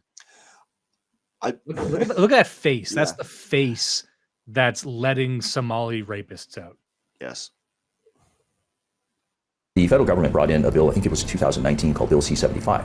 And in C-75, quite simply, it lowered the bar when it comes to judicial interim release. So made it easier for violent or repeat offenders to get bail. Right. Bill 75 was a bill that changed the nature of the criminal justice system. Judges were sort of dictated to consider release as the opening position for any individual, regardless of circumstance, regardless of the offense, regardless of the criminal record of the offender. It shackled the discretion of judges.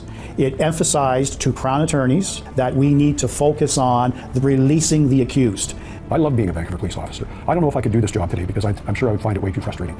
So if you're taking a shoplifter and you've arrested this person 3 times or 4 times, and you learn that they've got 150 previous convictions, and you're filling out this report that takes you 2 hours, knowing when you're writing it, it's going to go to Crown, he's going to get bail.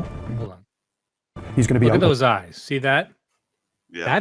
Those are the eyes of a guy that knows exactly what to do with that shoplifter. That's the eyes of a guy who would take that shoplifter, drive him out in the woods.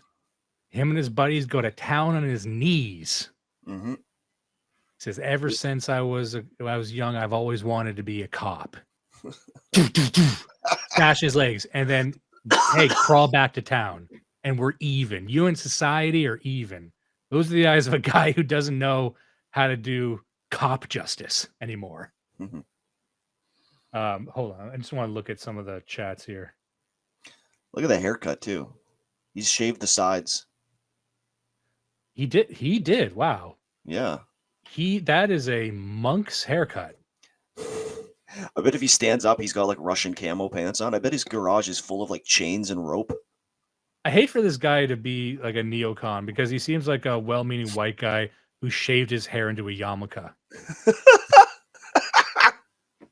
Also, you'll notice, and again, I'm being cruel, but it seems like there's a phantom mustache. Would you say? Like his upper lip looks like there ought to be a mustache there, I and think there's just not. he probably had a mustache, and when he agreed to do the interview, his wife told him to shave it, and he grumbled, and he did, and now he regrets it. You know what? That is what happened. Yep. I bet that's the haircut too. I bet that's what happened with the haircut. I'm fucking pissed now. Look at this fallen man. I'm not laughing at the haircut. I like the haircut. I'm saying it's just funny because I think that's what happened. Yeah. Those are the eyes. Whatever's lurking behind those eyes is uncorking on that fucking bitch after this recording. It's been. Let's move on. We are 19 minutes through, and I've been skipping. Okay. Or she's going to be out in a matter of hours, and they're going to go back and do the same thing, possibly at the same store. So there's a frustration factor because you don't ever get ahead of things because the system doesn't allow you to prevent this occurring again. And it isn't just thieves, vandals, and other petty criminals that have been receiving bail en masse since the passage of the bill. In the past 3 years, individuals arrested for violent offenses who were then subsequently released were involved in 26 homicides and more than 2,100 assaults in the city of Edmonton alone, while in Windsor, violent crimes committed by those out on bail have increased by more than 400%. Since it's... And again, like, I think the primary thing that is depressing to me is that this used to be common sense. It used to be understood that, oh, if you let standards slip in a neighborhood, that neighborhood will collapse eventually. You kind of need the nosy assholes in the neighborhood to kind of keep up standards. Similarly, if you have a person who seems predisposed to crime, on a long enough timeline, they will increase the severity of that crime. Everyone kind of knows that. Everyone knows like a sexual assault leads to a rape. Everyone knows that a violent person, it eventually ends up murder, right? So these people who are let off, like, yeah, it's going to lead to fucking actual, like it starts off with violence and it ends with ultra violence. And I guess the thing that depresses me is that, like, if you were to explain this to your average liberal voter, they might be surprised by that. Like, oh, do you have a source on that? Like, I guess, I don't know. Like, it's frustrating that, and I know it's used in bad faith often. It's just used to win a debate, but it's like the sourcing of things that just seemed so logically apparent. You know, so the average person, like, unless they're coming to a conversation with all of this data, the average person is just going to deny it. Like, a lot of people will just straight up deny this stuff. And as we've said in previous episodes, by the time the liberal voter admits that there's a problem, it's way too late. Yeah. They're starting to admit it now. You'll see like in the US, in New York, San Francisco is a great example. You have to have streets overflowing with human shit. Yeah. They're like, oh, what's going on here? Who voted for this? You know, and they move to Texas. Like it's there's like a mental knot there that you'll never get through. So I don't know. Like I'm still trying to figure out what you do about that. That isn't just. I don't think it's an accident that the moment that the left notices that there's actually a problem, or that they openly will talk about there being a problem, is the same moment that it's too far gone to do anything about it. I think that's by design, because if they, for even a moment, accepted that there was a problem, then they would have to enter into a serious conversation about what can be done. It's the natural shift from there isn't a problem to, well, there is a problem, but there isn't anything we can do about it. You know, the minute that it's too far gone, they're safe to say, oh, shit. Oh, you know what? You're right. Oh, I guess mandatory minimums were important, but we're past that now, right? Water under the bridge. Let's talk about something else. Also, I don't know if I want to really delve into this right now. I might, depending if I return to it, but there's this very interesting feud between a content creator who I quite like named The Distributist, Dave the Distributist. A lot of people know him. He's been going at it on Twitter, and they had a formal debate not long ago between him and Matt McManus. Matt McManus is, I believe, an American, but he cites Canadian stuff a lot. And his position is that, like Matt McManus's point, he's a leftist guy, and he purports to be an expert on the right and the distant right and right-wing radicalism, you know, those types. And he's just kind of this pudgy professor. And well, that's mean. I don't want to just be mean, of course. But they had a debate about like whether or not the safe injection sites and the legalization of drugs even helps. And he's one of these guys who's always citing, oh, in Vancouver, everything's going great in Vancouver. And then Dave is off like, it's not going great in Vancouver. What are you talking about? Source? What's this? I haven't seen any source. I've seen the sources from the website of the Safe Injection organization that says that they've actually reduced overdoses. And it's like, well, like I don't know what information you can gather, but it's like it's and even if that's true, I who cares? I mean, it's so myopic, it's so autistic. Like, well, it reduced the number of overdoses. That's not why we implemented it, buddy. We implemented it to try to solve a huge, like, generation spanning societal problem. And all you're doing is the people that instead of dying, now they're just vegetables. Great. You've also tripled the number of people that are high, and you've like, what the fuck? Yeah, this is him on your screen, Matt McManus at Matt Paul Prof. What a loser! Look at this idiot. Yeah, that's not what he looks Look like. at him. That's a sketch. That's a cool sketch. That's not what he looks like. But yeah, there's a debate between him and the distributors. I would recommend people look that up. He's your average, reply guy who's trying to like dunk on the right, dunk on. But Dave is a serious guy who knows what the fuck he's talking about. So it's a very frustrating debate. But I would recommend, like, if you want to see this argument take place, if you want to familiarize yourself with the types of people who are in favor of stuff like this, give that a go. All right, so hold on. Since its passage and some of the bail reform, we've seen some very high-profile crimes, murders being committed by people out of bail. I believe the individual that killed the OPP officer was on bail. That individual ought to have been detained in custody, should have remained in custody. That was a completely avoidable tragedy, in my view. There are some members of the community that shouldn't have the right to be out. They're just so highly violent. Their history shows that when they're released, they're going to commit serious violence towards the community. And by ignoring it, you're putting communities in harm's way. To illustrate just how incomprehensible. I'm going to skip ahead here because I want to make some good time. This is an interesting one. It's just the Nanaimo beat walk. Yeah. Let's go to the street and see what it's like in Nanaimo right now. My art ho paradise. In Nanaimo, a city of just 100,000, there are an estimated 700 people suffering from drug addiction, currently living homeless on the streets. To get a sense of the scale of the issue in the city, I told community safety officers as they conducted wellness checks downtown on those at risk to OD. Let me just say one thing, just in response to James' note here, more overdoses means less homeless. I am familiar with this argument. I'm familiar with, like, oh, in a sense, MAID, the Medical Assistance in Dying program, is shuffling the refuse of society off its mortal coil. Maybe that's something that our side of things will be in favor of, like use. That's why I was mentioning earlier, my parallel concern with that is the government finding new ways to cycle more people into that. Yeah. So I think we're existing in a state where I can safely say that most people, not all, but most people who are committed to being homeless right now are bad people in most cities. This will be reflected if you've ever been around them, especially if you're a woman. So if my rule of thumb was always, if there's more than 5 homeless people congregating, you're in trouble. So if you are passing by a park where there's a huge crowd of them, like, they turn violent, they start harassing you, they feel safe. You get a homeless person that's on their own, they're fine. A group, it's a fucking problem. 10 times out of 10. And when I was in Toronto, this was a big fucking deal all the time. So my concern is that we will be entering a new paradigm that's just having more young people and more normal people shuffle into that as we normalize drug addiction and normalize suicide as a solution to that drug addiction. So I'm trying to, my concern is the expansion of that group. Another thing going into the middle term, like you're talking about right now, they're essentially making it more attractive for people who don't necessarily need to be in that situation.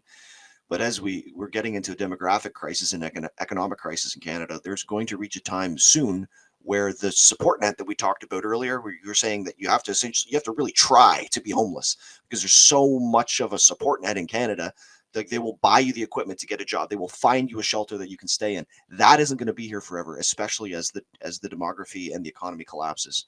So then you're in a situation where you have, like they talk about it in this, they have the working homeless. They have families living in tents in Vancouver both of the parents have jobs and they have 2 kids, but they're living in a fucking tent, right? That's happening there. That's going to start coming to the rest of the country. And now you're saying, okay, wait, we're euthanizing these people, like families, because they're like, what the fuck? Like that's the reason that I don't like I agree with what people are saying. Like homeless as of today, the extant homeless are a problem because they're what fell through the cracks of an extremely robust welfare system. But when the welfare system breaks down, you certainly don't want that to fall on top of another system below it that says we euthanize the homeless, right? So that's a good point, and it seems that people will subconsciously have a demarcation between the homeless and the nomads, like you would see in that movie Nomadland, where these people are effectively homeless, but they live in campers, or they live in some other. It seems like a level up. They are homeless, but they travel around and work shitty jobs while living off the land often. But then there's the people who live out of their cars, like you said, maybe, or the people live in their vans. Hashtag van life, so I guess the fear would be that those people end up being grouped in there too. But we even socially kind of have a division, like, oh, they are homeless, but we kind of get that they have it going on, or they're only there because of financial problems, because they couldn't afford a tiny home. We just got another $25 dono from Anon Commando, and he's got a comment here. If you want to end homelessness, round these people up and either put them into look, maybe I should have read this first. round these people up and either put them into long-term rehab or forced labor or execute them. Allowing them to off themselves by overdosing is feminine as fuck. Pick an actual solution. Hey, you know what? I agree with that. Agreed. That is a 50-50 agreement, which makes it 100% agreement. Yeah. Shit or get off the pot, in short. Oh, and Yin here also has a comment that, shelters have, I believe she means rules, not ruled. And that those who don't go to shelters are problems. This is fair. I recall one of the ad agencies I worked at years and years ago was run by, obviously, some libs, and the wife of one of the owners, we were getting a conversation. She's like, "Oh, isn't it terrible, homelessness? Isn't it terrible that these people are forced to live in shelters?" I'm like, and I made a comment, and this is maybe why I didn't last very long there. But I'm like, "Oh yeah, that's terrible. I mean, would you let your daughter stay in a homeless shelter? Why or why not?" Yeah, you wouldn't. Why? Because she'll get raped. She'll get raped and fucking killed. So that needs to be part of that conversation. They have women's shelters though that are exclusively for women, though, don't they? Do they? Yeah, they have plenty. My whole what I had heard from people was that there's so much funding that goes specifically to like battered women's housing. It's not just shelters; like they will get like apartments for women and their kids. It's not like a shelter; it's like literally it's a home for them. There's so much of that out there for women. And there's very, very little for men. Like there's no specific one for men. There's the generic one for everyone. And then there's all of these extra ones for women and children. So I'm going to say this, read in between the lines. I know some women chicanery when I hear it. Hey, he didn't pay for it, but Censored Anon said the shelter should be called a nunnery. Yes. Yes. We used to have this figured out. I don't like the term battered women. That's a woman thing right there. Yeah. Because that's them say, oh, emotional battery. Unless we're talking about the eating women bit, like beer battered women. I don't recall that bit, but it does sound good. Oh yeah. Beer battered women. This is a certified hood classic. All right, let's just do this fucking shit. It became immediately apparent that this small coastal city had a very serious problem. Pajama. Oh, I was gonna say that guy's wearing a Gucci hoodie.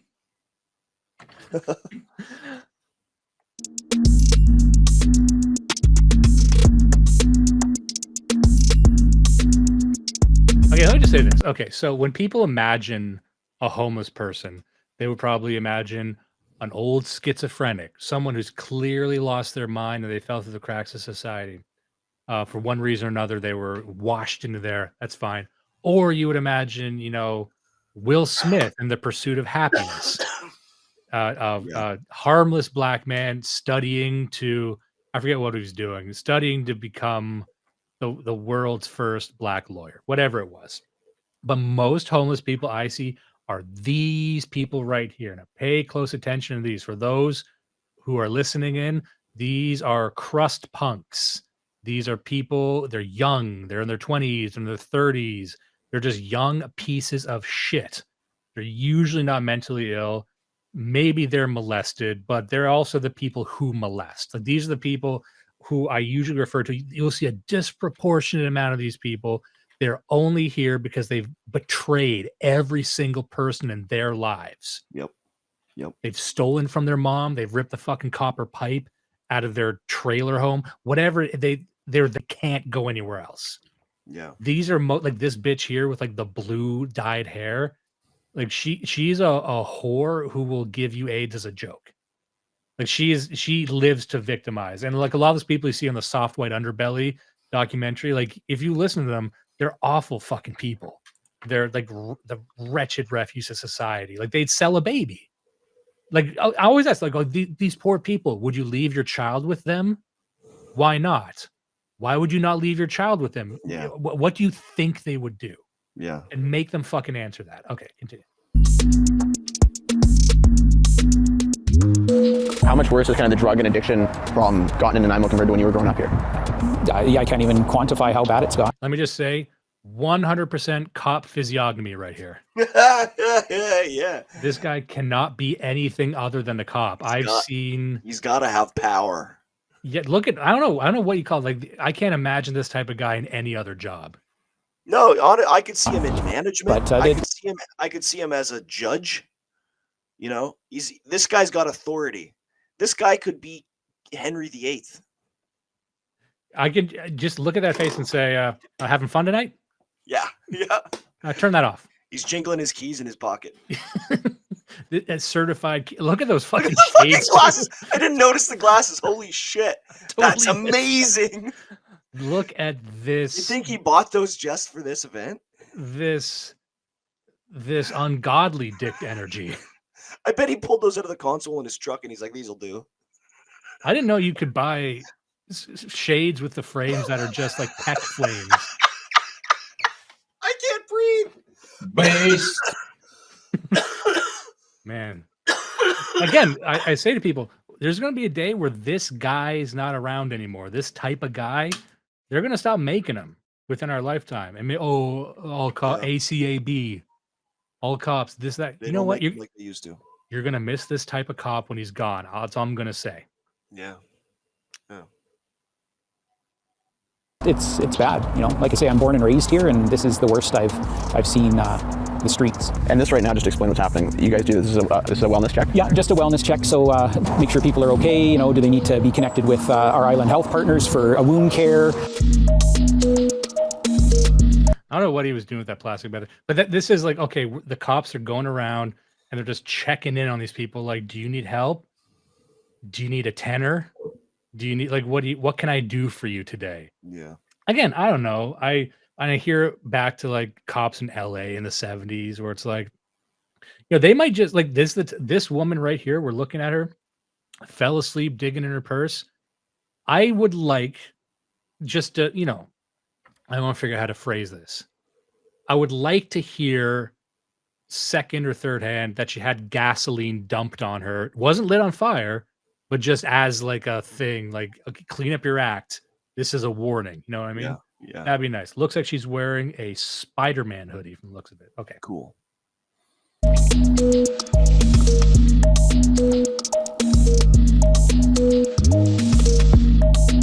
the people who are just listening, we're walking down the road here seeing. Hey, you guys okay?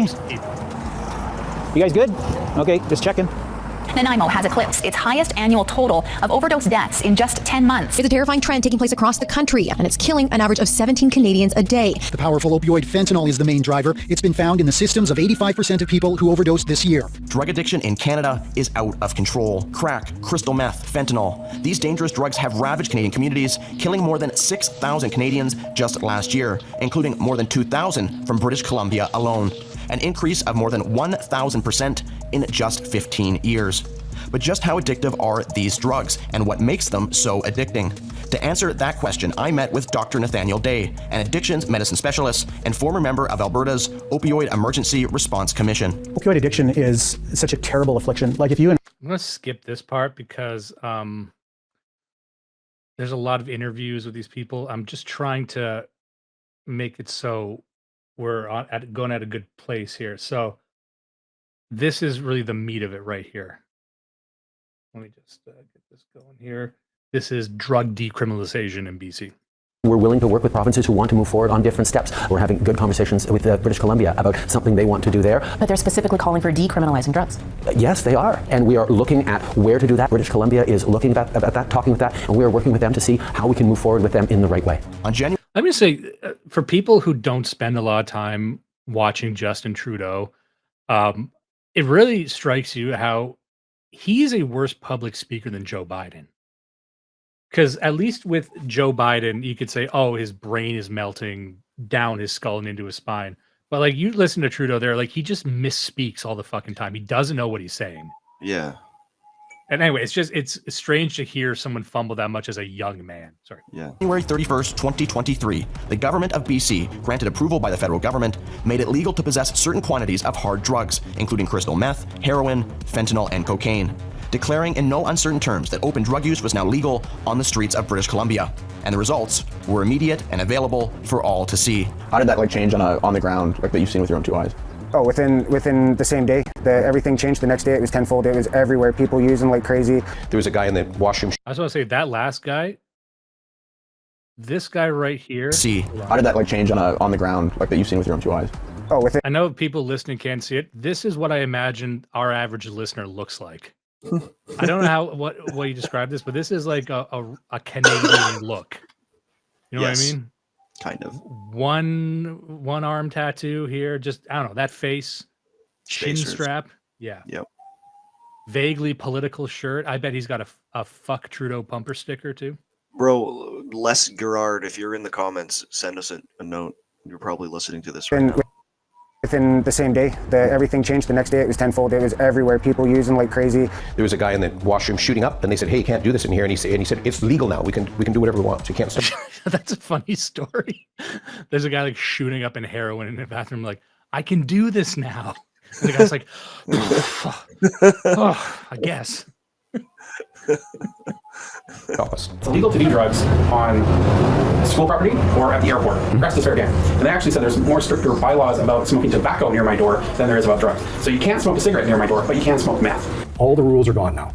So it doesn't matter. You can openly smoke crack in front of a store, and someone that tells you you've got to move on is going to tell you where to go. Is it easier to take it or dissuade someone from drinking alcohol openly in public than using some of these other substances? Well, we can actually do something. When somebody's drinking in public, we can issue a ticket for, I think it's $230 for consuming in public. And where somebody is smoking a small amount of crystal meth or fentanyl, and it's under the 2.5 grams, there's nothing we can do if they're not within those sanctioned areas. Now, I want to ask a question to the chat, to you, to anyone listening. Would it be fair to say that the most persecuted people in society, with this having taken effect, are drunk drivers? Yeah, absolutely. Would somebody just think of the drunk drivers? It's going to be soon that they're the only ones who are going to end up in jail. Okay, we got a comment here from Sunflower Society, just said meth. I agree. And I think this is also him agreeing that drunk drivers are the most persecuted group in society. All right. We know that the police for the last 2 years, pretty much everywhere, have not been charging drug users who had small amounts anyway. If I walk down the street tonight with a beer in my hand, I could be arrested and fined. But if I'm taking crystal meth sitting on the bench in front of everybody's favorite coffee shop, no big deal. It's that kind of approach. And again, as I understand the concept, but I must say, just as a human being and a citizen, it ain't saleable politically. It doesn't make sense. And no one honestly believes it's going to reduce the number of deaths from the toxic drug supply. The only thing that does is empower the drug dealers and empower the gangs. Basically what you're doing is you're giving them the ability to have under the legal limit, and that they just have to do extra runs for the drugs. But if police weren't arresting... That is true. I think people... What you can tell these people are trying to do is they're trying to talk about the criminal element without talking about the criminal element. Like they don't want to talk about specific gangs. Like they want to talk like, oh, this helps support the gangs. Well, which gangs? Who are they? Are you aware of them? Are they are the gangs that are most powerful in Canada even Canadians? They are not, and they don't bring it up in this. But again, like it's already a long show. We can't get into everything. But it is interesting the tack that they take, where it's like, you know, it's legal up to 2.5 grams. It's like, okay, so with weed, you know, it's legal the whole way up, and so now we have like federal regulation on the way that it's produced and sold. We have government dispensaries for weed, but for these hard drugs, it's like you are still criminalizing the act of producing it and selling it, but you're not criminalizing the act of consuming it, and it's like. It's as if the consumers themselves are innocent. Like it takes two to tango. I don't know what else to say. Like you're part of the fucking system. It drives me mad because like if you're angry at the producers, the only reason the producers are producing is because you have a market in your city for this drug, and you just ballooned the market 100-fold by making this new law. So like you're literally handing millions of government dollars to Chinese drug producers and triads. I can't understand. Look, I know they know that. They must know that.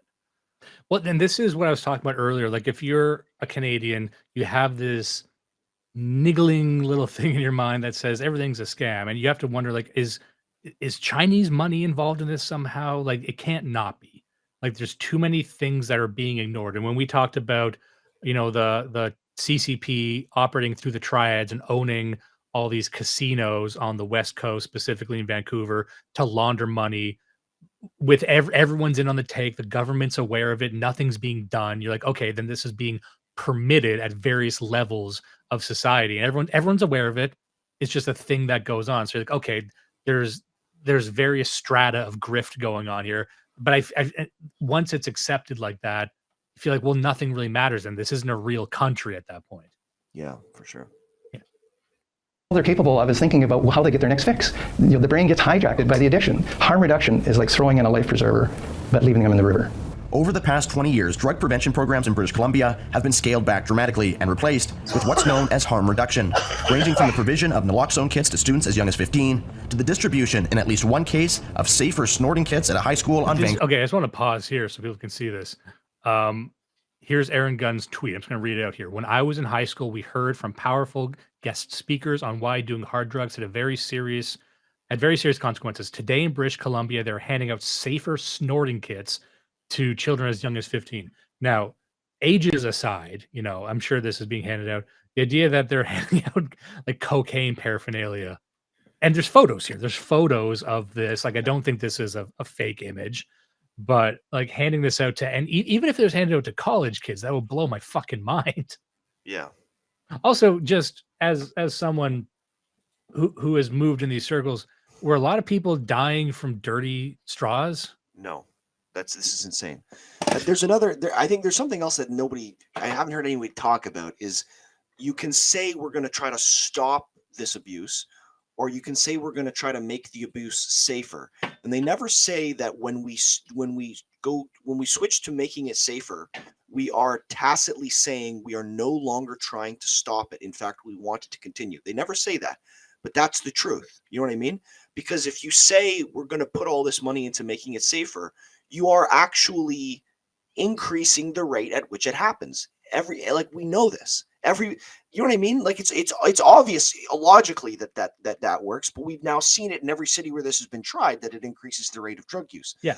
So that to me is the safer snorting thing. Like there's no way to interpret this other than normalizing it. They're It's not normalizing dangerous. drug use. They're normalizing it. They've just taken as a fact that drug use will increase regardless, and the only thing we can do is make it safer, which is to say we are no longer devoting any resources to trying to stop this at all. And that's the craziest thing. And again, like I said earlier, they've kind of halfway decriminalized it by saying that the addicts themselves can't even, it's never mind that he's doing the drug, that he's high and shitting himself in front of the 7-Eleven. You can't kick him out. Like it's insane. This another like an analog to this would be like the father who's like, you know what, my kids are gonna have sex, my daughters are gonna have sex, so I at least want them to be in control, and so he opens up an OnlyFans page for his daughters. Like in the interest of doing it safely, you are pimping them out. In the interest of trying to create habits of safe drug use, you just convince kids that, oh, you should try cocaine. Because you could go through entire high school not really knowing what cocaine is, probably. It would never, for a lot of kids, it would never cross their mind to do cocaine. I don't know what it's like going to high school now, but when I was in high school, that was just something cool kids did. Yeah. And you're not going to tell me that every kid's cool now. We just got a $5 dono from Milk Road Trucker, Big Milk. And he says, he just has the title of a film here, Prayer of the Roller Boys, 1999, which I believe is 1990. I just looked it up. But yeah, but it is kind of, it's like a weird 90s kid with a headband, drug dealing, rollerblading gangs. That looks cool. I don't know what the reference is, but I'd watch that. It might just be a dude's rocking moment. It does look like a dude's rocking film. Vancouver Island. But in truth, these so-called harm reduction policies from government, along with decriminalization, are only just the beginning. Their real objective is something else entirely. We know that anchoring ourselves in science and data, making sure that issues of harm reduction, safe consumption are put to the forefront. We will continue to be grounded in what works, in compassion, in evidence. Making sure there's a safer supply so people who are addicted can get clean drug supplies as opposed to having to buy the dirty and deadly stuff. Safe supply. It's a buzz phrase used by politicians and drug advocates alike, meant to instill public confidence that the powers that be are taking the overdose crisis seriously and are doing something about it. But what does it mean? And this, he's going to get to, in my opinion, the most important, maybe not the most important, but the thing that I had never considered that really struck me. And if we end up skipping, I'll just say right now so people get where I'm coming from. There's this idea that's very popular in society, especially for people like liberals and conservatives alike, that people are overdosing just because of bad drugs and not just because of the volume of the drugs they're doing. Yeah. Yeah. Oh, man. And this is, a lot of the times, especially with really hard drugs, it's just you get greedy with it. You overdose because you think you can handle it and you can't. It's not necessary. Sometimes it is because you get a bad batch or whatever, but a lot of the times it's just, a mistake on their part, which is why they keep doing it, as you'll see. The other thing that really stood out is that a lot of these individuals are seeking out fentanyl. Now, to hear the media tell it, fentanyl is this poison that's circulating unbeknownst to all the drug users that you're shopping for heroin. It turns out it's spiked with this fentanyl stuff. What you will see, and, I obviously don't have my finger on the pulse of what these people do, but hearing them admit that they go shopping for fentanyl. They want fentanyl. Why? Because fentanyl is so much stronger. Yeah. Like there's this idea that, they just accidentally take fentanyl. No, they're shopping for it. And then once they have it, they do too much because, again, they're greedy or they're clumsy or whatever it might be. But, that's one thing I think is ignored, which is that, the fentanyl isn't there by accident. These people are shopping for it. And the fentanyl, as we've discussed, is largely imported by China and manufactured in China. Yes. Imported through the Triads who work in concert with the Chinese Communist Party. And that's all part of the narrative spin to make them look more like victims so that you'll be okay with all of the decriminalization, right? Because it's harder to feel sorry for these people when you realize that this person knew that this was cut with fent or it was fent. They knew what the safe dose was because they've done it 100 times. They intentionally took 3 times the safe dose because they hate themselves, they want to die, and they have nothing to live for. Yeah. And that's another thing, not to, you are so dying. But one thing, I was never critically addicted to any sorts of hard drugs, although we did partake of them quite a bit in our 20s. My serious vice was alcohol. So I can speak to the mindset you get into when you're on like a multi-day bender, where you're really in the depths of it, where you are you're delirious. and you're delusional and you're losing your mind. A lot of people don't know that. Like, they know what it's like to be drunk. They know what's like, maybe they know what it's like to get blackout drunk. That's fine. What if you get blackout drunk for a week? What happens to your mind? Well, you start hallucinating things. You start saying and doing insane shit.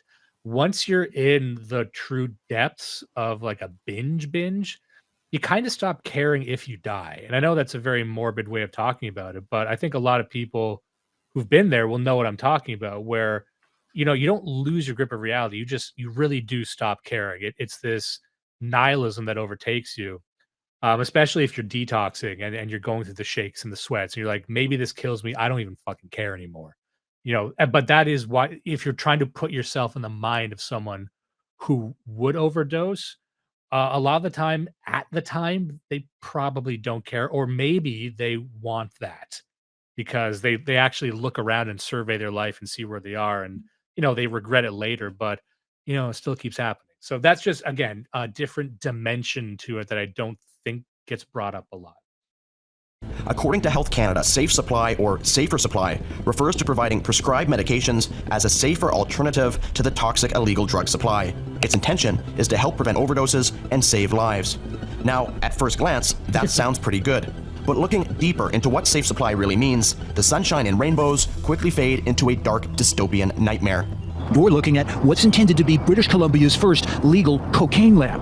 On February 7th. Okay, everyone just, I don't know if you're listening to this in the background, pay attention to this shit. Because there's a lot we could talk about this. 2023, Ad Astra Holdings, a cannabis company based in Langley, BC, received approval from Health Canada to legally import cocoa leaves and manufacture cocaine. The company's CEO said in a press release that it will explore the commercialization of cocaine to provide a safe supply of the drug.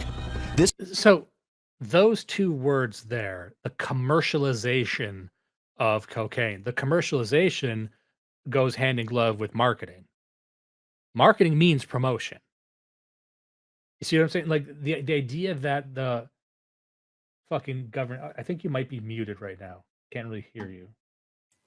Yeah, you're right. I was. Sorry. Sorry, what were you saying? No, I was just saying they're stepping right around that issue. Like they're coming right up to it, and they're not. And again, you can't blame the guy because that's a huge can of worms to open. But as you say, you cannot have a business without marketing and advertising and a sales pipeline. That's a huge part. It's sometimes the main part of a company, a branded company. So to say, oh, well, we're commercializing it, but it's not like we're pushing this as a product. Yes, you are. You have a profit motive. You fucking idiots. Jeez. Yeah. If Ad Astra Holdings opens up I guess we're calling it a cocaine factory, just like a place you make cocaine. If their revenue dipped one year, if their quarterly earnings went down, would they be happy or sad? Yeah. Would they have a crisis meeting if they found out that Canadians were doing less cocaine, hand out bonuses if Canadians were doing more cocaine? It's just bizarre. It's totally bizarre that people can talk about it in these terms and not realize how these pieces fit together. By the way, we got a $5 donation from Anon Commando, and he's talking on this topic. Fent is readily available and prescribed from hospitals. Fent pain patches get chewed up. Intensive care units use them instead of opioids regularly. Very controlled, but it's even there through the controlled drug system. So yeah, like you're saying earlier, like people getting their fucking pain meds, and that's how they're winding up on the streets in the first place. You don't think that's an accident? And like now you have this Chinese fent, which is obviously designed as a weapon against, the Anglo-West by the Chinese, and we're literally using it in our health system.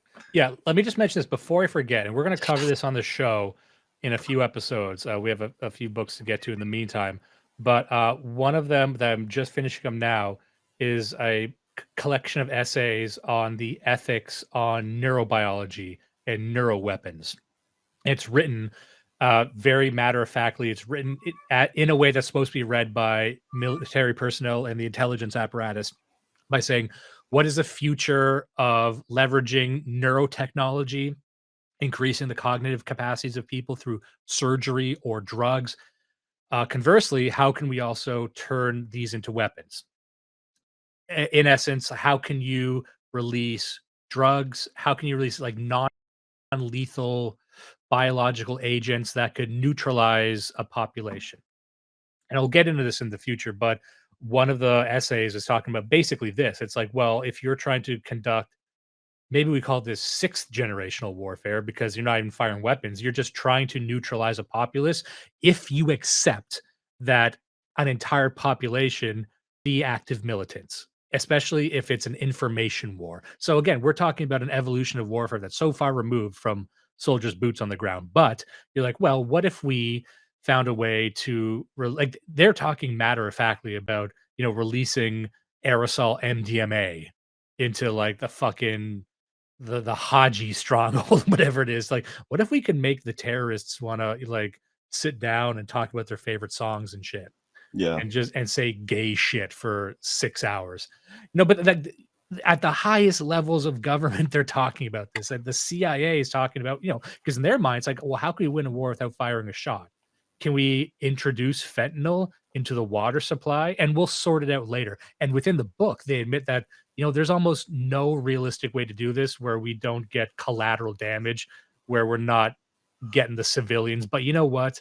It's not fire, so maybe that's acceptable. Anyway, what I'm saying is that the idea that China would view fentanyl trafficking into the West as a form of warfare is not beyond the question, because I guarantee you that the government is also thinking about that. Yeah.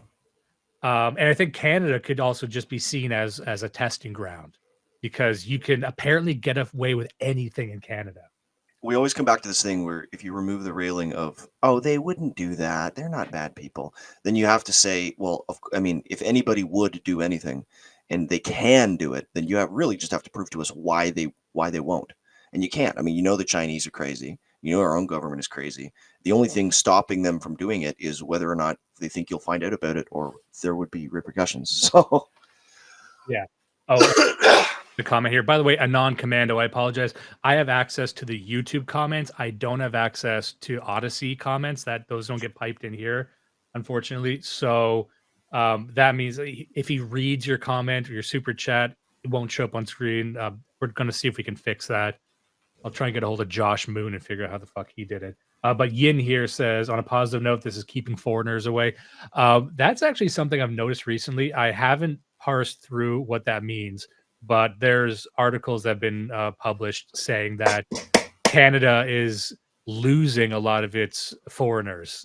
They're fine. And we've seen articles over the year, like a lot of these Indians come here and it's like, wow, it's really cold and expensive, and they leave. Now, on one hand, you're like, good. But on the other hand, I'm like, wow, so this is no longer attractive to third worlders.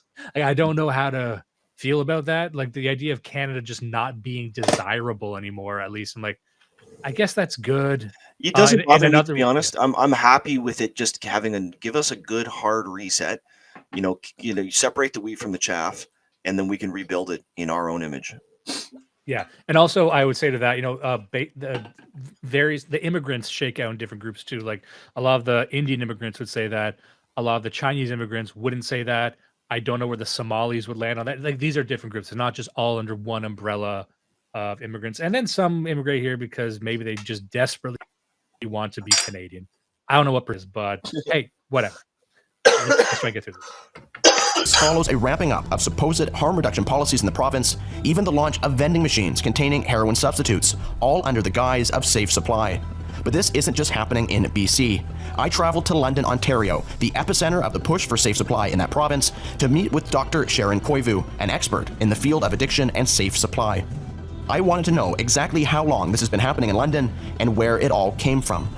Safe Supply started in London in about 2012. There were lots of people who were very vulnerable, particularly people that were identified as being vulnerable were street-level sex workers. So the initial thought was to keep people safe so they don't have to be selling their bodies to get drugs. And, I might end up skipping some of this. I understand that living in this era, living in this society, this is required, but I would love to have this problem not framed as something uniquely affecting whores. Yeah. You know what I mean? I would love it if it's like, the real victims in all of this are Black entrepreneurs. I'm like, okay, like, is that how you get people to care? I don't know. Like, it just seems like a box they have to check, but I'm like, the people we need to save the most are the women who couldn't make it on OnlyFans. Like, oh, okay. I feel like it's a misfire, actually. Like, do people really care about like streetwalkers in London, Ontario?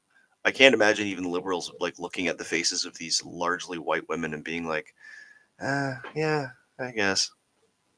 That's the other thing. Like people, I've seen a couple comments like that on this documentary where it's like, it's not politically good. Like this doesn't get you political capital to talk about this stuff. I'm like, yeah, I mean, I have to think that most people don't care about streetwalkers, and maybe that's why people don't care about the issue, because it's always framed as like it's always the refuse that we're trying to save. No, what you're trying to save are your kids. Yes. And yeah, that's really what it is. And there was a time when everything was framed like that. Everything was framed as your kids, your family, your neighborhood. But it's like, have you ever thought about that weird skeleton bitch in fucking Saskatchewan? I'm like, no. Not only have I never thought about her, I can't. If your daughter is already a permanent part of the streetwalking community, this isn't about saving her. Like, you missed the chance to save her probably 10 years ago, dude. That's sad. It's really tragic, but like this isn't going to help her. This is And a lot of things could have helped a long time ago, but not this. If your daughter's a streetwalker, also, and as the father of daughters, you should know this, a woman walking on the street is a gateway to that as well. Women shouldn't walk. It Yes. shouldn't be. You see women walking, West has fallen. Hold on. I'm trying to pause this strategically so we can hear your let's do that. Run that back. If a woman is walking down the street, the West has fallen.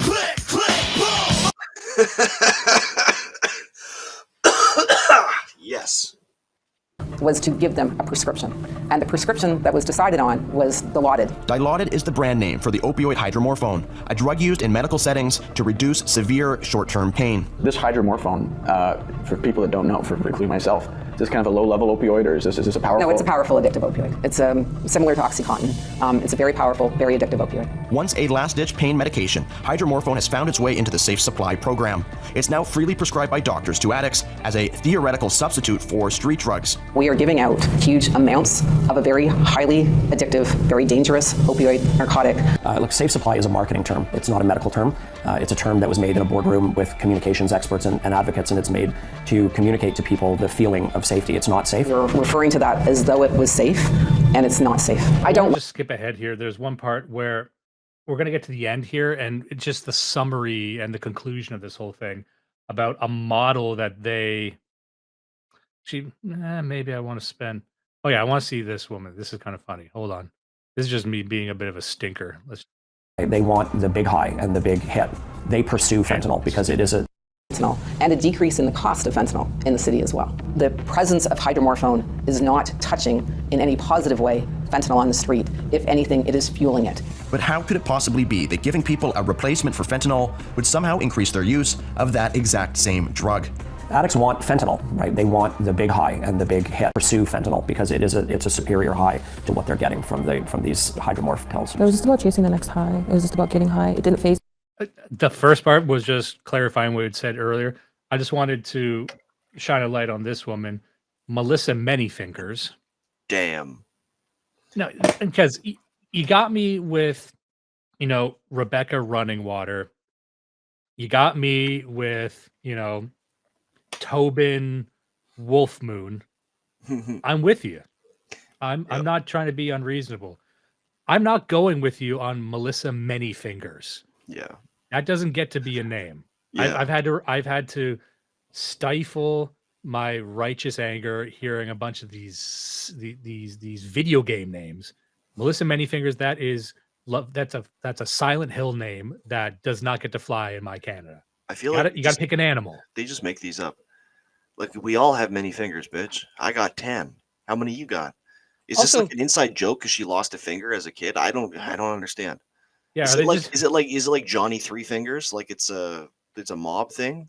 What is this? That's a good thing. Is this just like a jail nickname where they call the big guy Tiny? Jimmy in the chat says it's the Many Fingered Discount Tribe. Well, I was gonna say like Melissa Manyfingers, and then her hoodie says stolen. Nice. Yes. I mean, please.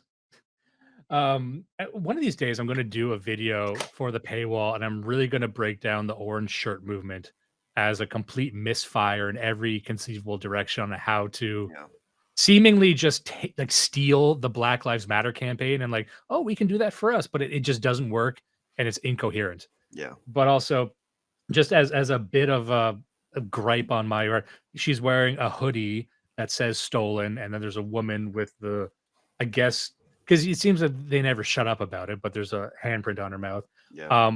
It would seem to indicate that they're not stolen. She knows where they are.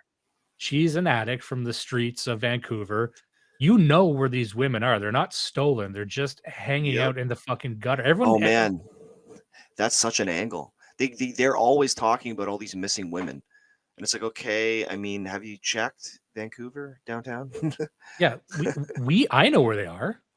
I can find you them. It's just, it turns out no one's looking for them.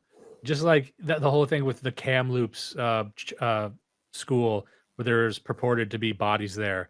And they said, yeah, that's probably where my son is, my missing son. And you didn't know you had a missing son until like this white fucking college student told you about it. You weren't even looking for them. And it's like, that's where they were. They didn't find their bodies. Like, oh, okay.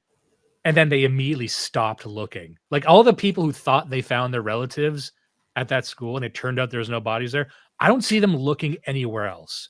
So maybe that can be part of the fucking conversation. Anyway, let's see what she has to say. She's looking her best. She put on her face. Let's give her 15 minutes here. The stronger the drug was, the better that's what people would go look for. Really? Because the stronger it is, the better. If you know people who are overdosing on that, that's the stuff that people want. Really? Because that's how, I guess, the quality is better when people are overdosing on it. Okay, well, that's the stuff I got to get. I didn't even care. I didn't care about my life. Do you ever? I just want to repeat that just at the great summary of what we were talking about before. Overdosing is an advertisement for that drug. This is straight from the horse's mouth.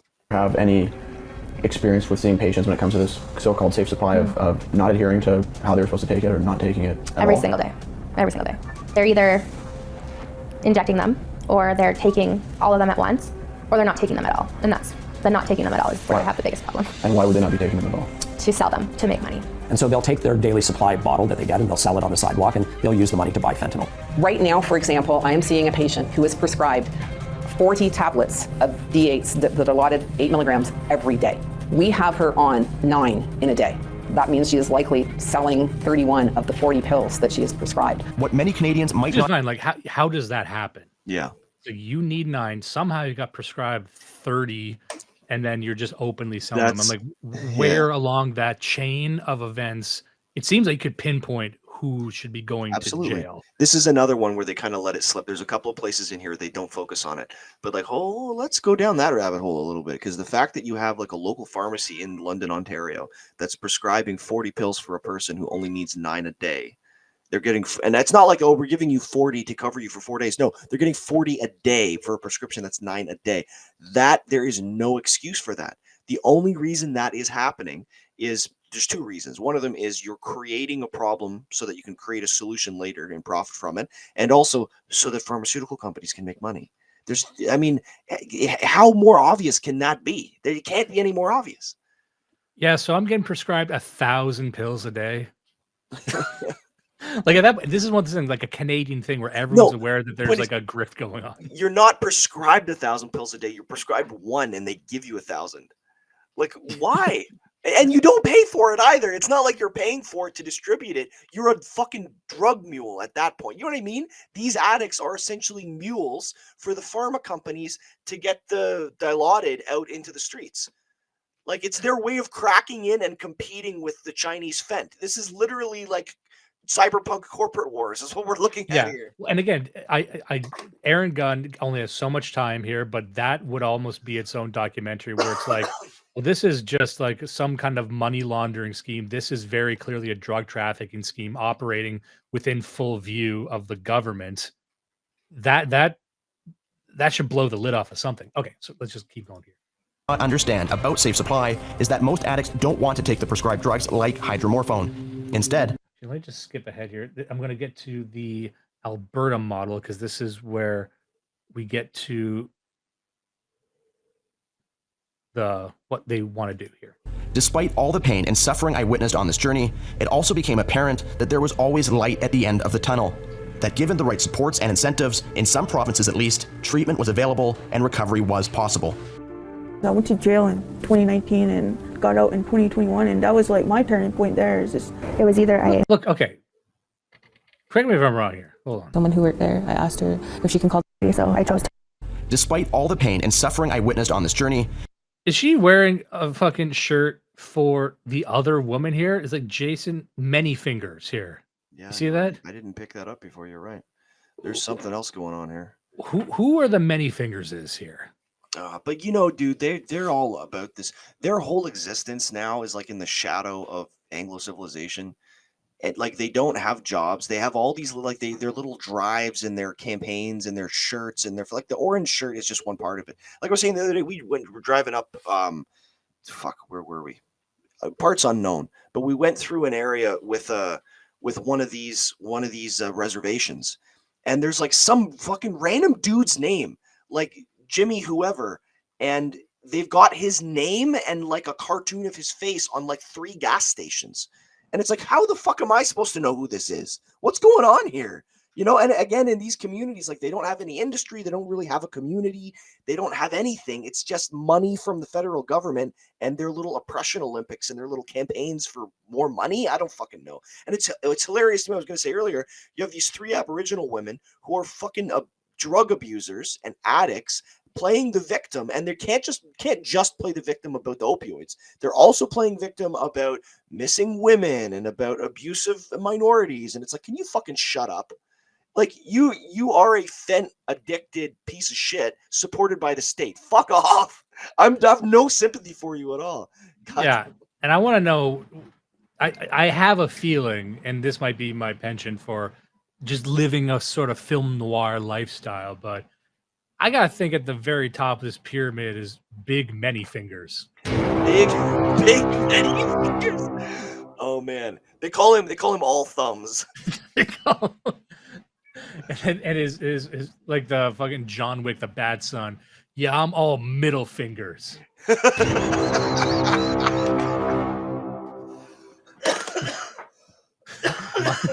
my son, all middle finger. Yeah. He brings great shame. All right, let's keep going. It also became apparent that there was always light at the end of the tunnel. That given the right supports and incentives, in some provinces at least, treatment was available and recovery was possible. I went to jail in 2019 and got out in 2021, and that was like my turning point there. Is just, it was either I go to jail or I go to detox because I had drugs on school property, so I chose to go to the detox center. I actually reached out for help one day. I knew someone who worked there. I asked her if she can call the detox for me, but I did end up going to detox that very same day. These women were fortunate enough to have access to treatment and detox through Alberta's recovery-oriented system of care, a treatment-centric approach to combating drug addiction that has been introduced and greatly expanded over the past 4 years, and that stands in stark contrast with the strategy of other provinces of simply handing out free drugs. It is now known around the world as the Alberta model. What is the Alberta model?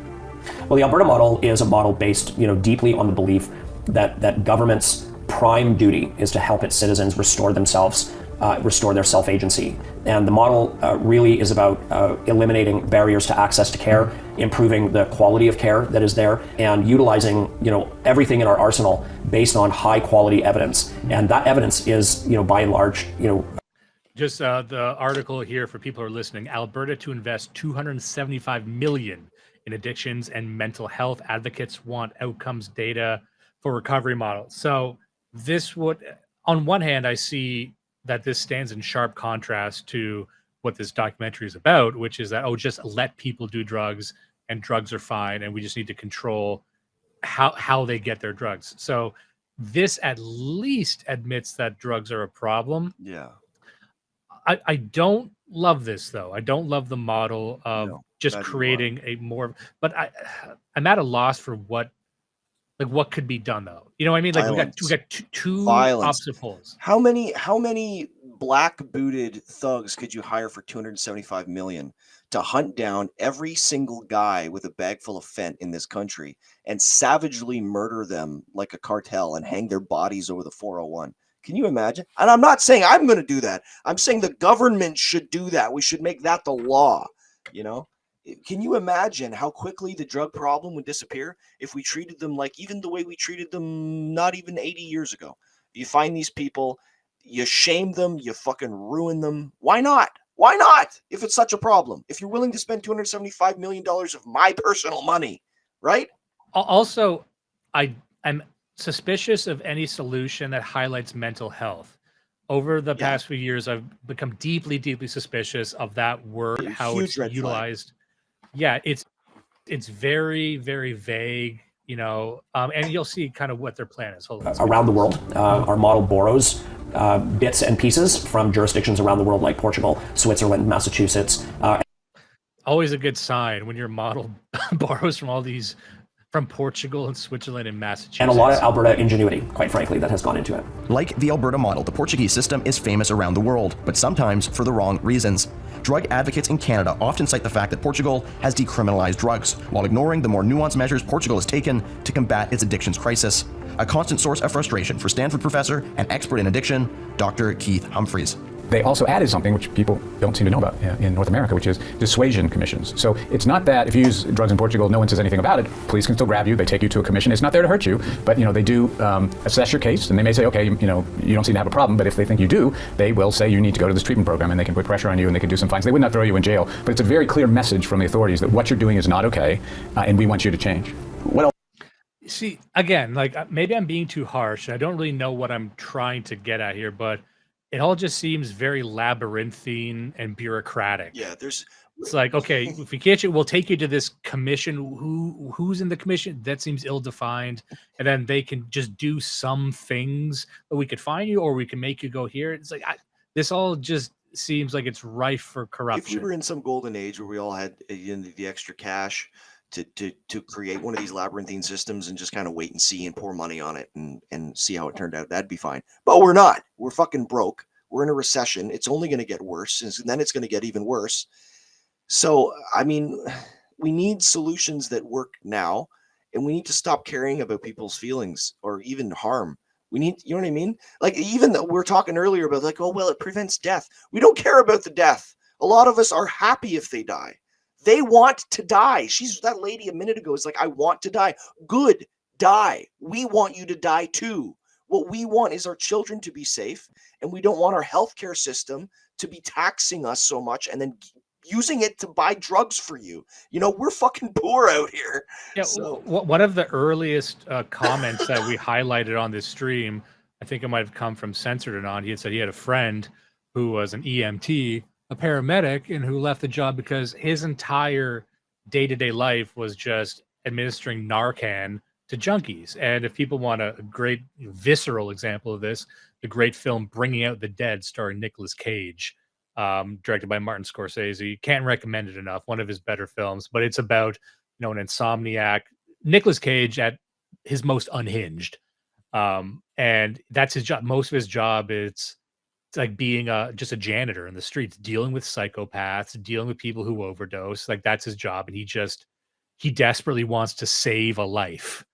And the only lives he's saving are people who took too much ecstasy, and that's your life. And then what is the impact of, like, for the people who want to save people, the only people you get to save are the ones who somewhere deep inside you wish would just die, or maybe you drive a bit slower next time if you know who it is, like that has a cascading effect everywhere in society, I think. And I'll command us for another $5. He says, violence, force, work camps, detention that isn't comfortable, unicorns, butterflies. He doesn't say anything actionable or criminal.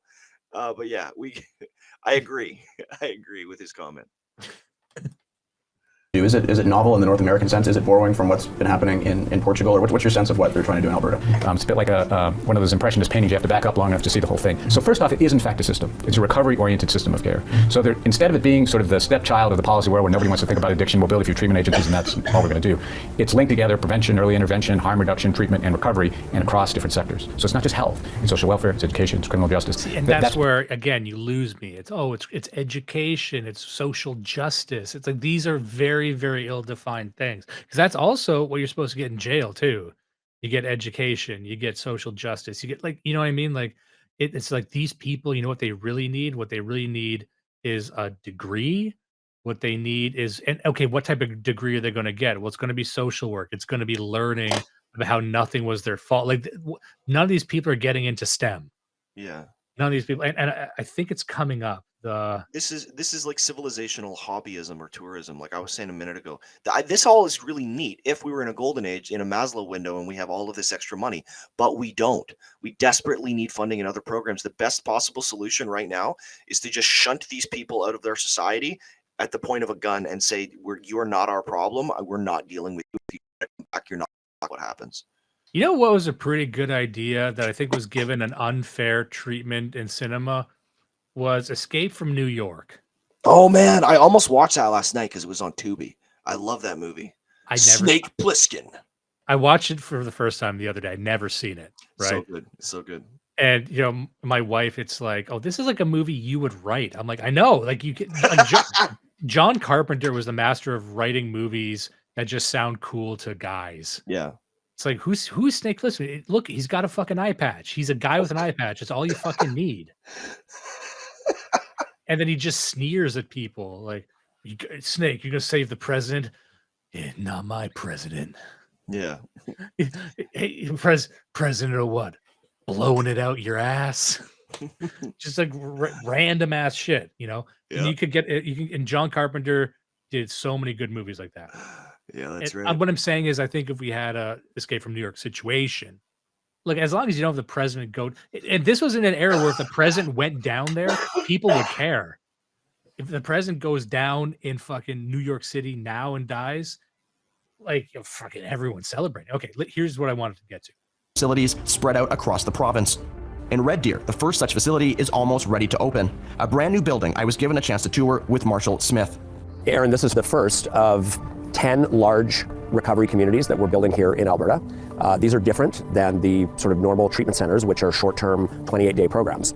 These facilities are large, high-capacity facilities where clients can come and stay for up to a year at a time. It's individualized care with full medical services. In the one in Renter, it's 75 beds, 50 on the male side, 25 on the female side, separated. They've got separate kitchens, and people are going to be put through the work. They're going to do the therapy in the morning and chores in the afternoon, or vice versa. And they're going to have to learn how to cook, learn how to take care of themselves, learn how to take care of the facility, learn how to do some community gardening. Maybe we'll end up seeing some kind of farmer's market there, and we'll be. I just wanted to stop there because again, this is a very feminine way of approaching it. Because like just even her not even sure what the fuck she's talking about. Like, yeah, we might have a farmer's market. Like having a farmer's market is very much this type of woman would think like, yeah, you know what they need? They need to sell corn. She's almost an inch away from saying, yeah, it might be to have a vegetable garden or a farmer's market, or I don't know. What do you think? Would you like that? I don't know. Maybe that we can. Maybe we don't do that. Maybe do something else. No, you like that? Okay, no, we can do that. That's okay. We can do a farmer's market. Yes. What do you want to do? Well, I'm not saying I want to do that, but what do you want to do? You want to do a farmer's market? Let's do a farmer's market. Okay. So what are we doing with this rehab facility? I don't know. What do you want to do with the rehab facility? How about we like treat them like it's a boot camp? No, I don't want that. but it's like to me, like as I was watching this the first time, I started to think about, okay, why do I not like this? Is it because it's too bureaucratic? Is it because it's too feminized? And I think the thing that's really stood out to me was that like the last thing these people need is to learn how to socialize around other addicts. You know what I mean? Like if you it's like, you know, having sex addicts live in the same house. You just made the horniest house on earth. Yeah. It's actually counterintuitive to concentrate these people. And I started thinking like, you know what? The many fingerses of the world needs. They need to be plucked out of their life and told to hang out with a bunch of like STEM students. Yeah. Like students who are studying like pure math. But STEM students are kind of gay. So maybe actually like normal people. But I know what you mean though. I want them like high capacity people who are driven, who have goals and everything. So you're put there. So you're alien and you feel guilty. You feel weird. They're like, oh, so you like snort crack? Oh, that's fucking weird. But you're introduced to a lifestyle that is so so diametrically opposed to your own, Yeah, and yeah. you are confronted with that shame every day. And these people, it's kind of like it's an adoption agency. Like these people would need to want the people to hang out with them. Of course, I'm not trying to give the exact granular details, but like what these people need is to spend time with a bunch of like engineers or guys on a job site who who think this is them. They think they're pathetic. Yeah.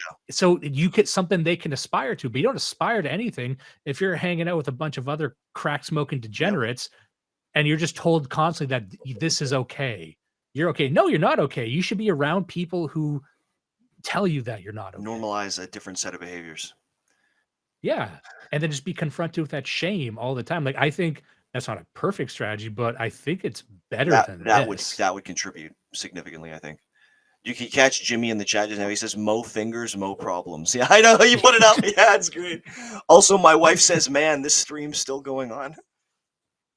I know we got to actually end this soon because we're at like 2:34. Okay, so I think this was actually the last thing I wanted to do. Let's just go to the conclusion right now, and then we can end it. But where does my home province of British Columbia go from here? What happens if BC continues down the path of safe supply and decriminalization? Where does it eventually end up? Well, on the very last day of filming this episode, I stumbled upon something I've never seen or heard of before, even on the downtown east side. So we're here in Vancouver on the downtown east side, and we're just walking, we're actually here filming something else, and we just came across a story and tracked down, and there's a new truck that's just pulled up here that is selling, presumably illegally, but in plain sight, cocaine, crack, MDMA, heroin, and crystal meth, or some kind of methamphetamine. So we've taken some shots here. We're not sure if anyone's going to talk to us. That's presumably the line of people who are currently buying these substances. I don't see police or anything anywhere, so not exactly sure what is going on, but such is life in the city of Vancouver. I think it opened, this is the first day opening, and I'm going to buy some cocaine. You think it's mainly cocaine? I love this guy because this is like, you're used to seeing fentanyl addicts. You're used to seeing stoners. You're used to seeing crack addicts. This is a coke addict. Yeah, this is a white clinic. So I'm here to buy some cocaine. Yeah, it's going to be pretty cool. And the guy probably has like $1,800 in his pocket cash. This guy is going to get his cocaine and go write a business plan, and it's going to be dog shit. But like, look at this guy. He's going to get the contract, and his wife is going to be thrilled, and then he's going to go pick his kids up. He's fine. Everything's okay. This is the type of guy I'd like to see more, frankly. Here, I don't see a lot of problems with this guy. Just a guy buying some coke, going about his day. And like people in mind, or just a mix of everything. Some people are here for. I would assume fentanyl or heroin, right? I don't even know. I haven't even really looked at the menus. So I think moving away. I've never looked at the menu. I don't even know what they have. Hearing him on 1.5 times speed is great too. Maybe it should be a bit bad today. Let me just look at the menu here. MDMA. I don't know heroin. I assume that's a good price for heroin. 1.5. Someone let me know if this is a good price for crack. 100% fentanyl free, and I bet like if you ask them for fentanyl, they'll have some though. $90 a gram for coke. That hasn't moved that much in 15 years. Yeah, coke seems to stay the same. I think they just fuck with the purity. Yeah. All right. From fentanyl, it's the best thing. Of course, once you start doing heroin, fentanyl's the only thing that works for you, right? So that's why these people are, zombied out on fentanyl, on the streets doing crime, robbing people, or breaking into businesses to support your habit. If you're a detriment to the community, of course it's a difference. As we were, these types of guys love puffer jackets with the hood on. I don't know what that is. About to leave, 3 men approached me and said they had just seen Vancouver. Buddy in the Thunder Pussy shirt. Looking like he's about to tell you the best story you've ever heard. Is dying, the prequel to this film. Yeah. Just watched the video, yeah. Just like 25 minutes ago. This is like a crazy, like double coincidence. Where I was homeless for 5.5 years. Much like that guy who's now in politics in... Marshall Smith, yeah. Yeah, just a lot like him. Yeah. Right, we put a lot of effort in keeping this one area very clean. And then we have this one on right here. Yeah. A block down the road, we have a recovery house, treatment center, and it's right here. Is it kind of, weird to you that there's like a block away from addictions clinic, they're just openly selling the same drug? How does that make you feel? You just walk in it? It's kind of insulting, especially for people who are just trying to get in. And Again, look at those eyes. That's the eyes of a guy who has recited that taxi driver speech about a real rain coming and washing it all away. That's a guy I just know that look in the eyes. Like he's just like, you know what, someone should do something. The guy's one. No. Juice supported by Big Coke. All right, this is basically the rest of the documentary. That's all I wanted to talk about today. It's good. Anybody who this is on YouTube, like it's free. Everybody should go watch it. This Aaron Gunn. I was not sold on Aaron Gunn initially because I think he kind of just comes off as a little bit goofy to me. But I think it's because it's a mainstream thing. He's got to be saleable to everyone, right? Oh, yeah. And I've watched like 3 of these now. They're fucking great. These are really, really good documentaries. So Yeah. and they're riding that exact line I think you would want to pull centrist, even center left people over to a reasonable right wing position enough to swing elections. Like it's brilliant stuff. It's really good. This gives people enough to go on, enough threads to pull, enough, there's some things that he can't talk about. I wouldn't expect him to. There's some things that would be cool if he did, but I understand why you need to keep the flow for time. Like it's already an hour 22. Most people aren't going to watch a 2.5 hour fucking documentary. And this could be in a series because this is the sequel to a Vancouver one. But there's a lot you could say on this. And I think Aaron Gunn producing something like this is something I'd like to see more of it. I'd like to see more from him. I'd like to see more things like this. I think the more you go down these rabbit holes, the more dangerous it's going to get once you start looking into the flow where the drugs are flowing from. Like you're going to end up talking about China. You're going to end up talking about, the relationships the provinces have with the US. And now, like, you have to get into how Canada is put together as well. Like this, you could have like a real like Sundance Con documentary about like Canada is dying, but talk about everything that's killing Canada. That would be hard to do, but that would be very interesting because that's a geopolitical story. Yeah. And it's hard to tell a geopolitical story and keep the human element. I understand that. This is all human stories, and that's why it's going to work. That's why it works on most people. It's only spurgs like us that like the big, fucking giant gears of global geopolitics turning. That's too far beyond most people, and it should be, Sorry, I think we're getting these comments pretty late. I just want to call attention to this one. Puffer Jack is just West Coast fashion. Every brand has the same generic look. Fair enough. Yeah. But yeah, so yeah, I think this is a good documentary. I'm going to recommend Aaron Gunn stuff. There's a lot to go on. And I think I'm interested in finding ways to take our ideas and sort of like, this is what they used to talk about with red pilling. Like, how do you get people to wander down this path? Yeah. And I think there's ways to do it without sounding too radical. We probably did a bad job because everything we do comes back to, fucking nukes. Yeah, I was going to say we're recommending this, but don't tell your very good people friends that you heard it from us. You probably, for Aaron Gunn's sake, you don't want to associate him with the best Canadian podcast. Yes, we care so much about Aaron Gunn that we don't want anything to do with him. Yeah, I don't want to get my grubby fingerprints anywhere near his decent character right now. Yeah. Because like I said, our solution to most things is nuke it. And that might sound charming, entertaining, even enlightening to a lot of our listeners, but and morally correct. Yeah. Even. Although I do actually think we're getting to a place in society where everyone has the look of the people that we're talking about here, where it's like, what if there was just a big fire that took care of, like, how many people, like you go off on cities all the time, like, I what saw if we just destroy Toronto? Like, I a saw lot of people are like, yeah. I saw like a normie, or I don't know, normie, just like a regular dude comedy sketch the other day where he's like, oh, this is like profiling generations. And the profile for millennials was a guy with his head in his hands just being like, I just want to live in the woods. I just want to live in the woods. I don't want to see anybody ever again. I just want to live in the woods. I'm like, yeah, that's us. It's not even a right wing thing. It's just like our generation at this point is like, wouldn't it be great if everything just burned? Yeah, like the common feeling, and that this isn't like the political motivation, but there is that feeling you nurture, which is like, man, I want to go into the woods and lose my mind. I just want to go insane. Like, you still look at Ted, even if you don't agree with Ted Kaczynski's political ideology. You get it. You at least get it. I get it. Imagine just living in like a one-room shack in the woods, and maybe you make friends with the animals, maybe you make enemies with the animals. It's wide open. You can eat you eat chicken chips all day, Yeah. and sure, maybe you know this is when you start writing it. It's like, well, I would need a phone though, you know. Yeah. And then you get the wrong types of people who are like, yeah, and you could build like a perfect goon shack. No, no, no, no, no. We do not want to build a goon shack in the woods. Reminds me, I got a squirrel to shoot. He's been chewing on my pumpkins.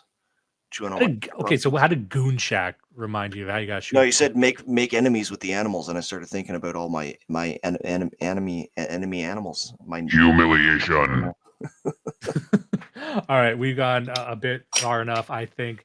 Yep. Are there any super chats we didn't get to? Are there any? No, we got them. We had a whack of them. Largely, and on Commando and Milk Road Trucker are our biggest fans. Our biggest fans. Thank you, boys, on Odyssey there. So just And amazing. you know, we love all the comments. We love all of the friends of the show, the listeners. But my heart is only big enough for those who pay. You fucker. You fucking Jew. Oh wait, that Get a life, Jews. had that one burning a hole in my eyes the entire episode. Okay, nice. So thank you everyone for attending, and it was a great time, and I'll see you all next time. Yep, see you.